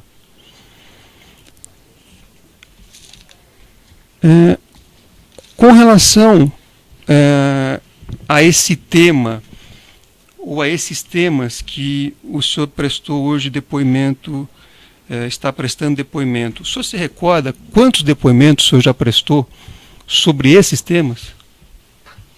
Sobre esses temas? O senhor fez uma explanação aqui inicial, respondendo a perguntas do juízo, a perguntas do Ministério Público. O senhor sabe dizer quantos depoimentos o senhor já foi indagado em relação a esses assuntos que o senhor hoje apresentou? É o primeiro aqui. O senhor nunca tratou da Petrobras, o senhor nunca tratou desses temas? Com o presidente Lula eu tratei de tudo isso que eu falei aqui. Certo. Em outros depoimentos? Não, em outros depoimentos não. Tratei com ele pessoalmente. Não, minha pergunta é o seguinte: o senhor falou aqui de Petrobras, o senhor falou aqui de outros temas relacionados ao governo. Esta é a primeira vez que o senhor responde perguntas sobre esses temas, ou o senhor já foi indagado por outras autoridades ou pelas mesmas autoridades em relação a esses temas? Se eu estou entendendo a pergunta, desculpa se eu não estou entendendo a pergunta, mas... Eu posso reformular, se o senhor preferir. Do ponto de vista desse conjunto de questões, é a primeira vez que eu sou perguntado, é a primeira vez que eu respondo. Certo. Em relação a essa relação com a Odebrecht, é a primeira vez que o senhor está sendo perguntado? Sobre a relação com a Odebrecht? Isso. Não, já tive aqui num outro processo, falei sobre a relação com a Odebrecht. Certo. E o senhor se recorda se a versão que o senhor apresentou hoje é a mesma versão que o senhor apresentou no depoimento anterior? Não é uma versão contraditória, mas digamos que a versão de hoje é uma versão mais rica. Certo. Em relação ao relacionamento, em particular ao relacionamento ilícito que houve com a Odebrecht. Certo. Eu tenho aqui um depoimento que o senhor prestou na ação penal 50.54.932-88, em que o senhor também figurava aqui como acusado, e naquela oportunidade o doutor Sérgio Moro, que hoje também fez perguntas ao senhor, fez uma pergunta que foi a seguinte: o senhor tratou de pagamentos, contribuições paralelas não contabilizadas, Caixa 2, com eles, referindo-se ao Odebrecht? O senhor disse: não, eu nunca tratei, doutor, eu nunca operei contribuições, até porque não era a minha função. Se eu fosse, eu teria feito, mas eu nunca operei contribuições. Eu sempre dizia para o empresário: olha, atenda o tesoureiro da campanha. Então, essa foi uma afirmação que o senhor fez na outra ação. Eu quero saber por que é que o senhor mudou a versão hoje e contou algo diferente. Não, eu não mudei, eu nunca operei, eu disse naquela oportunidade que nunca operei doações, continuo a dizer, nunca operei doações, nunca fui buscar dinheiro em empresas, mas sabia que o dinheiro era depositado nos partidos, entregue em malas. Eu não aqui fiz o essa senhor disse que era para operação, procurar o tesoureiro. Isso. Que o senhor, Normalmente eram o senhor os tesoureiros disse, que nunca faziam tratei. Ah. A frase é nunca tratei. Não O senhor sei tá se eu mudando neguei. hoje Não- Pode essa- ser que eu não esteja falando exatamente a mesma palavra. Mas eu digo hoje, eu nunca cheguei para uma empresa e falei, o senhor pode pagar no exterior tal pessoa? Eu nunca falei isso. Porque não me cabia discutir como a empresa ia pagar. Mas eu várias vezes pedi para a empresa, o senhor pode fazer a doação de 50 milhões para a campanha do presidente tal, da presidente tal? Isso eu fiz várias vezes. E sabia que os tesoureiros depois iam lá e faziam pagamento, listos e listos, caixa 1, 2. Muitas vezes era caixa 1 para simular pagamento legal, mas a origem do dinheiro era ilegal. Um exemplo bom é na campanha de 2014. A campanha de 2014 teve duas características. Foi a campanha que mais teve caixa 1 e foi uma das campanhas que teve mais ilicitudes. Certo. Por quê? Porque o crime se sofisticou no campo eleitoral. As pessoas viram que o problema é o caixa 2, então vão transformando progressivamente tudo em caixa 1. Só que a ilicitude está fora do pagamento. É a origem criminosa dos valores. Esse é o ponto. Né? Então isso, a própria Operação Lava Jato já desvendou esse mistério. Perfeito. Não, Eu vou interromper um minutinho pelo tamanho do áudio, já voltamos. Então, nessa ação penal 506-31-30-17, continuidade do depoimento do senhor Antônio Palocci Filho, eu devolvo a palavra à defesa do senhor Luiz Inácio Lula Silva. Perfeito. Então, senhor Antônio Palocci, eu vou insistir nessa pergunta porque ela é muito relevante.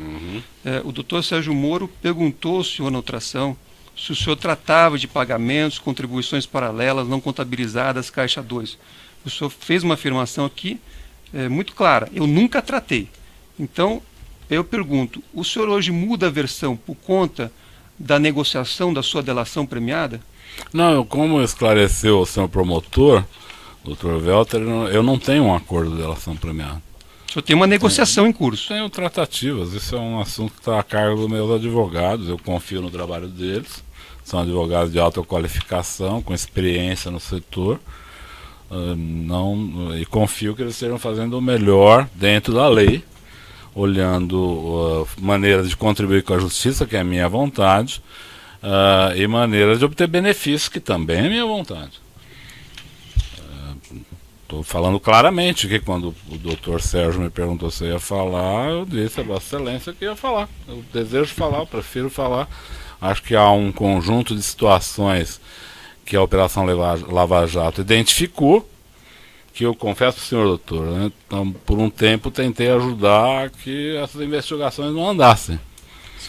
Hoje eu acho que melhor que elas se esclareçam e a gente tente com isso melhorar as coisas. Eu estou fazendo isso dentro daquilo que eu li da lei, que me dá essa possibilidade e que me garante objetivamente, alguns benefícios legais. Então eu estou atuando aqui dentro dos parâmetros institucionais que são estabelecidos na lei. Tá certo. Correto. Naquela mesma oportunidade, quando o senhor foi perguntado a respeito de um suposto crédito de 200 milhões, o senhor disse naquela oportunidade o seguinte, isso é a resposta textual do senhor. O presidente Lula me procurou surpreso, estranhando e disse, olha, eu nunca tive conversa desse tipo, não foi uma conversa direta, chegou a mim, eu queria entender o que está acontecendo, do que é que se trata. E aí o senhor disse que por conta desta afirmação, relato textual do senhor, o presidente Lula teria ficado surpreso e estranhado o assunto. Aí o senhor teria ido ao senhor Marcelo Debrecht e dito, jamais tratamos a relação do governo com a empresa a partir de provisões. O senhor, mais uma vez, quer dizer, como compatibilizar o que o senhor disse no depoimento anterior com a versão que o senhor dá hoje aqui nesta audiência? O senhor poderia especificar o que o senhor achou diferente? O senhor disse aqui no seu relato que o senhor foi chamado pelo presidente Lula e ele disse surpreso, estranhando algum tipo de referência a um crédito. E o senhor foi tomar satisfação com o Marcelo Odebrecht. Foi o que eu expliquei para o doutor, para Sua Excelência, o juiz Sérgio Moro, agora, há poucos minutos. A relação com o Odebrecht não se dava dessa maneira. Por isso ele ficou surpreso com a forma com que o Emílio abordou no final de 2010. Não foi para oferecer alguma coisa, doutor, foi para fazer um pacto, que eu chamei de pacto de sangue, porque envolvia um presente pessoal, que era um sítio, envolvia o prédio de um museu, pago pela empresa, que envolvia palestras pagas a R$200 mil, fora impostos, combinadas com a Odebrecht para o próximo ano, várias palestras. E envolvia uma reserva de R$300 milhões. Certo. O presidente Lula me procurou. Eu ficaria surpreso também. Eu não estranhei a surpresa do presidente, mas ele não mandou eu brigar com o Odebrecht. Ele mandou eu recolher os valores. Correto. Só para lembrar, essa conversa que o senhor afirma ter ocorrido entre o ex-presidente Lula e o senhor Emílio Odebrecht, o senhor não estava presente? Não. Certo. Eu esclareci que quem me contou essa conversa foi o presidente Lula na manhã seguinte. Correto. E o Marcelo Odebrecht, quando eu falei com ele, confirmou que ele tinha pedido para o pai dele falar. Ele só teve divergência de valores. Ele falou, não é 300 milhões, meu pai se enganou. 300 é a soma daquilo que foi dado com aquilo que ainda tem disponível. E o pai do Marcelo, seu Emílio, disse ao presidente Lula que 300 milhões é o que estava disponível naquele momento. Então havia entre eles uma divergência. E eu algumas vezes conversei com o Marcelo sobre isso. Certo. Pediria só um pouco mais de objetividade do senhor. Quer dizer, o senhor confirma então que o senhor não estava presente nessa suposta conversa entre o presidente Lula e o senhor Emílio? Estava presente na conversa com o presidente Lula. Certo, mas não na suposta conversa. Não, na suposta não, está na agenda do presidente Lula. O senhor estava presente na conversa? Não, estou dizendo, a reunião está na agenda, as duas reuniões, uma do presidente Lula com o seu Emílio Odebrecht nos últimos dias de dezembro, e outra no penúltimo dia de dezembro, dia 30, aí já com a participação da presidente eleita Dilma Rousseff, onde, vamos dizer, as amarrações políticas foram feitas por eles. E o presidente Lula, o Marcelo, depois o doutor Emílio, todos me falaram da reunião. Certo. Então, a presidente Dilma. Eu vou repetir para o senhor a pergunta, porque ela é bem objetiva. Mas ele já respondeu, doutor. Ele já falou que não estava presente na reunião. Perfeito. Então, assim... O senhor Emílio Odebrecht foi ouvido por este juízo e nesta ação penal. E quando perguntado a respeito do tema, o senhor Emílio afirmou peremptoriamente que não tratou desse assunto com o ex-presidente Lula. Ele foi ouvido na condição de testemunha e colaborador, portanto com duplo dever desse assunto da verdade. Doutor, para o doutor especificar. O senhor Marcelo Odebrecht disse que teria incumbido o senhor Emílio de falar com o presidente Lula sobre um suposto crédito. Só que a afirmação do senhor Emílio aqui em juízo sobre o compromisso de dizer a verdade como testemunha e colaborador foi a de que ele jamais tratou de qualquer valor com o ex-presidente Lula. Então, queria saber se o senhor está dizendo a verdade aqui como o acusado da ação, ou se o senhor Emílio Odebrecht, como testemunha, falou a verdade, porque as versões são antagônicas. Eu não vi o depoimento do doutor Emílio. Eu vi um depoimento do doutor Emílio no seu processo de colaboração, que ele afirma que uma das coisas que ele foi fazer nessa reunião foi levar a notícia da conclusão do sítio, da obra do sítio. Isso ele mesmo fala num depoimento que eu vi na televisão. Certo, mas nesta ação penal ele fez a afirmação categórica de que jamais tratou desse tema ou de valores com o ex-presidente Lula. E ele fez a afirmação como testemunha. Ele falou para o presidente Lula, falou para mim, o presidente Lula falou para mim, a presidente Dilma falou para mim, e o Marcelo Odebrecht falou para mim. Todas as pessoas falaram para mim que trataram de 300 milhões. Só havia uma divergência.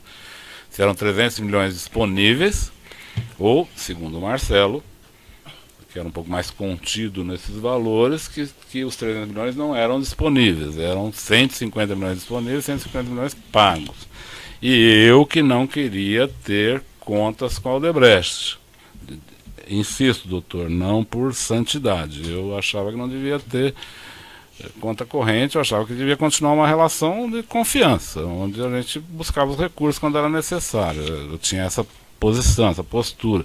Assim como no terreno, eu não queria fazer aquela compra toda complicada, eu queria fazer uma compra simples, mas queria fazer. Esclarecido. Certo. Mais alguma pergunta? Sim. Então, quero dizer, o senhor Emílio teria mentido no depoimento que prestou perante esse juízo? Eu não vi o depoimento, doutor. Eu não posso dizer se ele mentiu, se não mentiu. Ele pode ter esquecido. Certo. Não acredito que ele tenha mentido. Perfeito. Mas provável que ele tenha esquecido, ele tenha se confundido a reunião, porque não era isso que eu quero lhe dizer. E eu já disse aqui, não era prática, doutor Emílio, tratar de reservas de recursos com o presidente Lula. Não era prática. Eu tive em dezenas de reuniões com eles, esse assunto não era a pauta das reuniões, mas nessa foi. Esse foi o espanto do presidente Lula. Não o espanto de ter disponível 300 milhões. Ele gostou disso, tanto é que na segunda vez falou que o doutor Emílio tinha confirmado os 300 e que poderia ser mais, para eu cuidar disso. Não é para cuidar do espanto dele, é para cuidar do dinheiro. Certo. Mas eu reforço aqui o depoimento que o doutor Emílio deu e... Doutor, daí para questionar o depoimento do acusado aqui, pode ser confrontado depois, mas ele não pode responder pelo depoimento do outro, do que o outro falou, que o outro não falou, se o outro mentiu, se o outro falou a verdade ou não. Então vamos adiante. Correto. O senhor sabe dizer qual era o relacionamento do senhor Marcelo Odebrecht com o ex-presidente Lula?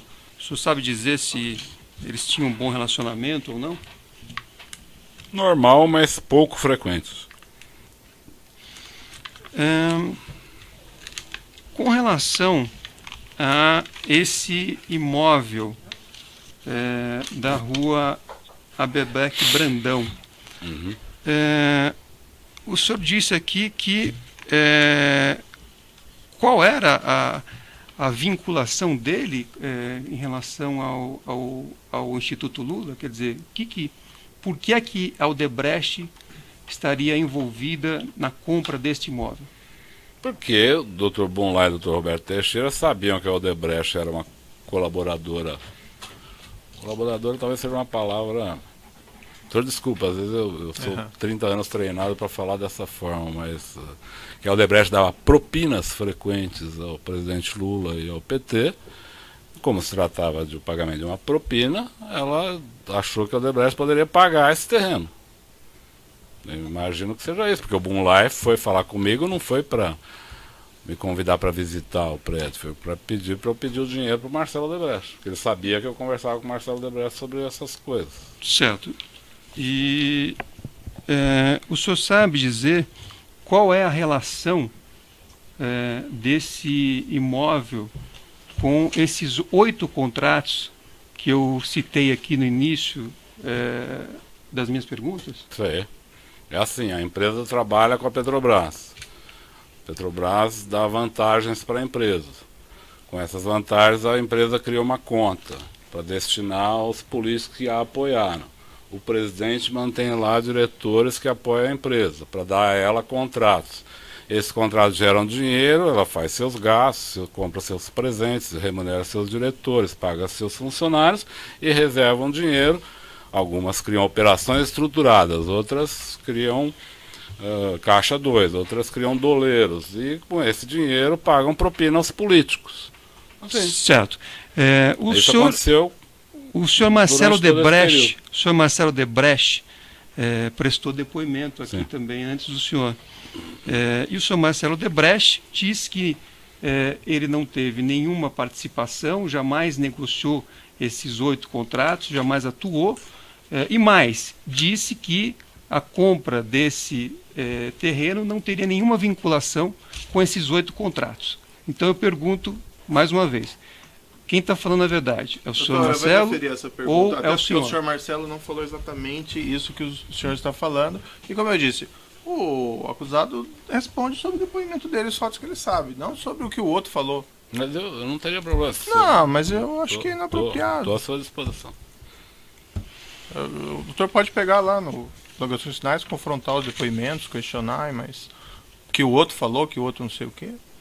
Sim, mas foi feita referência, excelência. E o senhor Marcelo Odebrecht falou alguma coisa um pouco diferente também. Certo, podemos, vamos ser aqui honestos, né? Se o senhor quiser, podemos abrir o depoimento do Marcelo Odebrecht e ver que ele literalmente Qual que é a próxima pergunta, ele doutor? diz que esse ponto da denúncia é incorreto. Certo. Deixa eu lhe falar uma coisa, doutor Zanin. Eu entendo o seu ponto, mas algumas pessoas falam que o dinheiro não é um valor tangível. O dinheiro é um valor tangível, porque a gente pode palpá-lo, diferente de nomes comerciais, tal, que não podem ser palpados. Mas o dinheiro tem valor universal.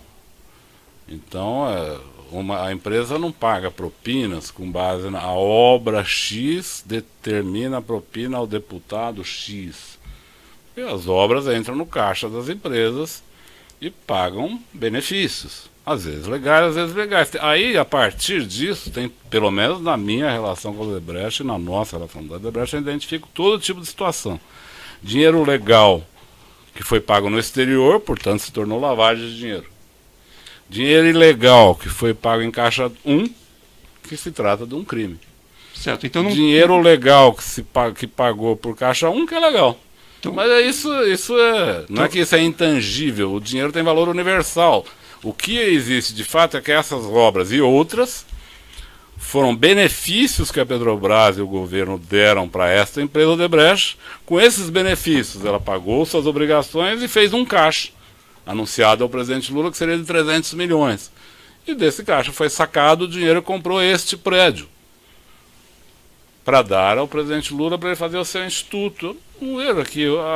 O inquérito está bastante claro. Eu acho que ele está verdadeiro o que ele disse. O senhor, não tem como contestar. O senhor sabe dizer se o Instituto Lula teve, em algum momento, as chaves desse imóvel, teve a posse desse imóvel ou teve a propriedade desse imóvel? Eu trabalhei muito para que não tivesse. A pergunta é, o senhor sabe se em alguma oportunidade o Instituto Lula teve a posse, a propriedade ou as chaves desse imóvel?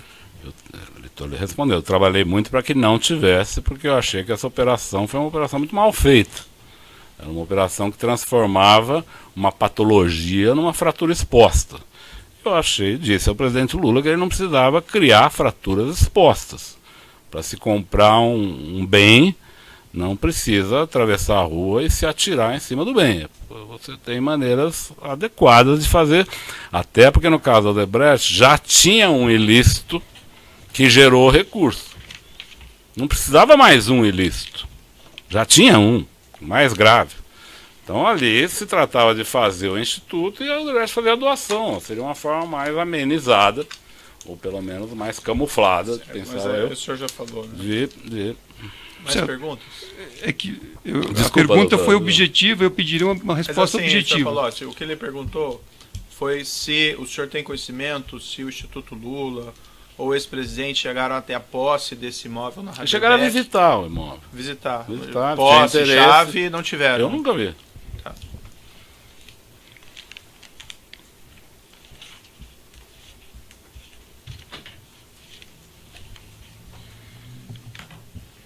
Aí, como eu lhe disse, a Odebrecht começou a estudar outros locais. Não, mas e o senhor já estudou respondeu o próprio local atual. Né? Entrar nessa questão. Certo. Não tem mais perguntas, excelência. Perfeito.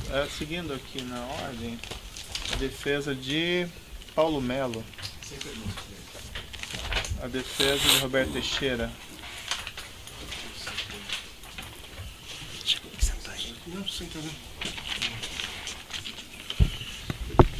Boa tarde, senhor Palocci. Boa tarde. Só para entender bem, que para mim, confesso, não ficou muito claro. O senhor disse que teve, pelo que eu entendi, um único encontro com o advogado Roberto Teixeira, tá certo? E se eu entendi bem, esse encontro foi posterior à aquisição desse imóvel pela DAG, é isso? Exatamente. Esse encontro foi aonde? Na casa do presidente Lula, em São Bernardo. Quem que estava nesse encontro? Presidente Lula, Dona Marisa, doutor Roberto Teixeira, doutor Zé Carlos Bonlai, eu e doutor Paulo Akamoto. Acho que não me lembro de outras pessoas. Tá, e nessa reunião, pelo que eu entendi do senhor ter falado, é que ficou decidido que não se usaria o imóvel para o Instituto Lula, é isso? Ficou como um consenso dessa reunião. Eu não sou responsável pelo Sim. Instituto, mas o consenso dessa reunião foi que se aceitou que era inadequado ficar com esse imóvel. Tá bom. Depois Paulo Okamoto, que era presidente do Instituto, daria sequência às tratativas com o Odebrecht sobre isso, mas a reunião ficou entendido que não era uma operação adequada. Tá bom, estou satisfeito, excelência. A defesa de Marcelo Bahia Odebrecht tem perguntas? Tem perguntas? A defesa do próprio acusado tem alguma negação? Sim. Me ocorreu aqui que eu acho que eu não dei a palavra para o de acusação, mas teria perguntas? Perfeito. O senhor só pode esclarecer o seguinte: o senhor mencionou numa sua resposta, tentei ajudar a que não andassem as investigações da Operação Lava Jato, juntamente com o ex-presidente? Sim. Em algumas oportunidades, eu me reuni com o ex-presidente Lula e com outras pessoas no sentido de buscar, vamos dizer, criar obstáculos à evolução da Lava Jato. Posso citar casos, se o senhor desejar. Vamos deixar isso, não é objeto específico desse processo, vamos deixar então para uma outra oportunidade essa questão. Pode encerrar então a gravação.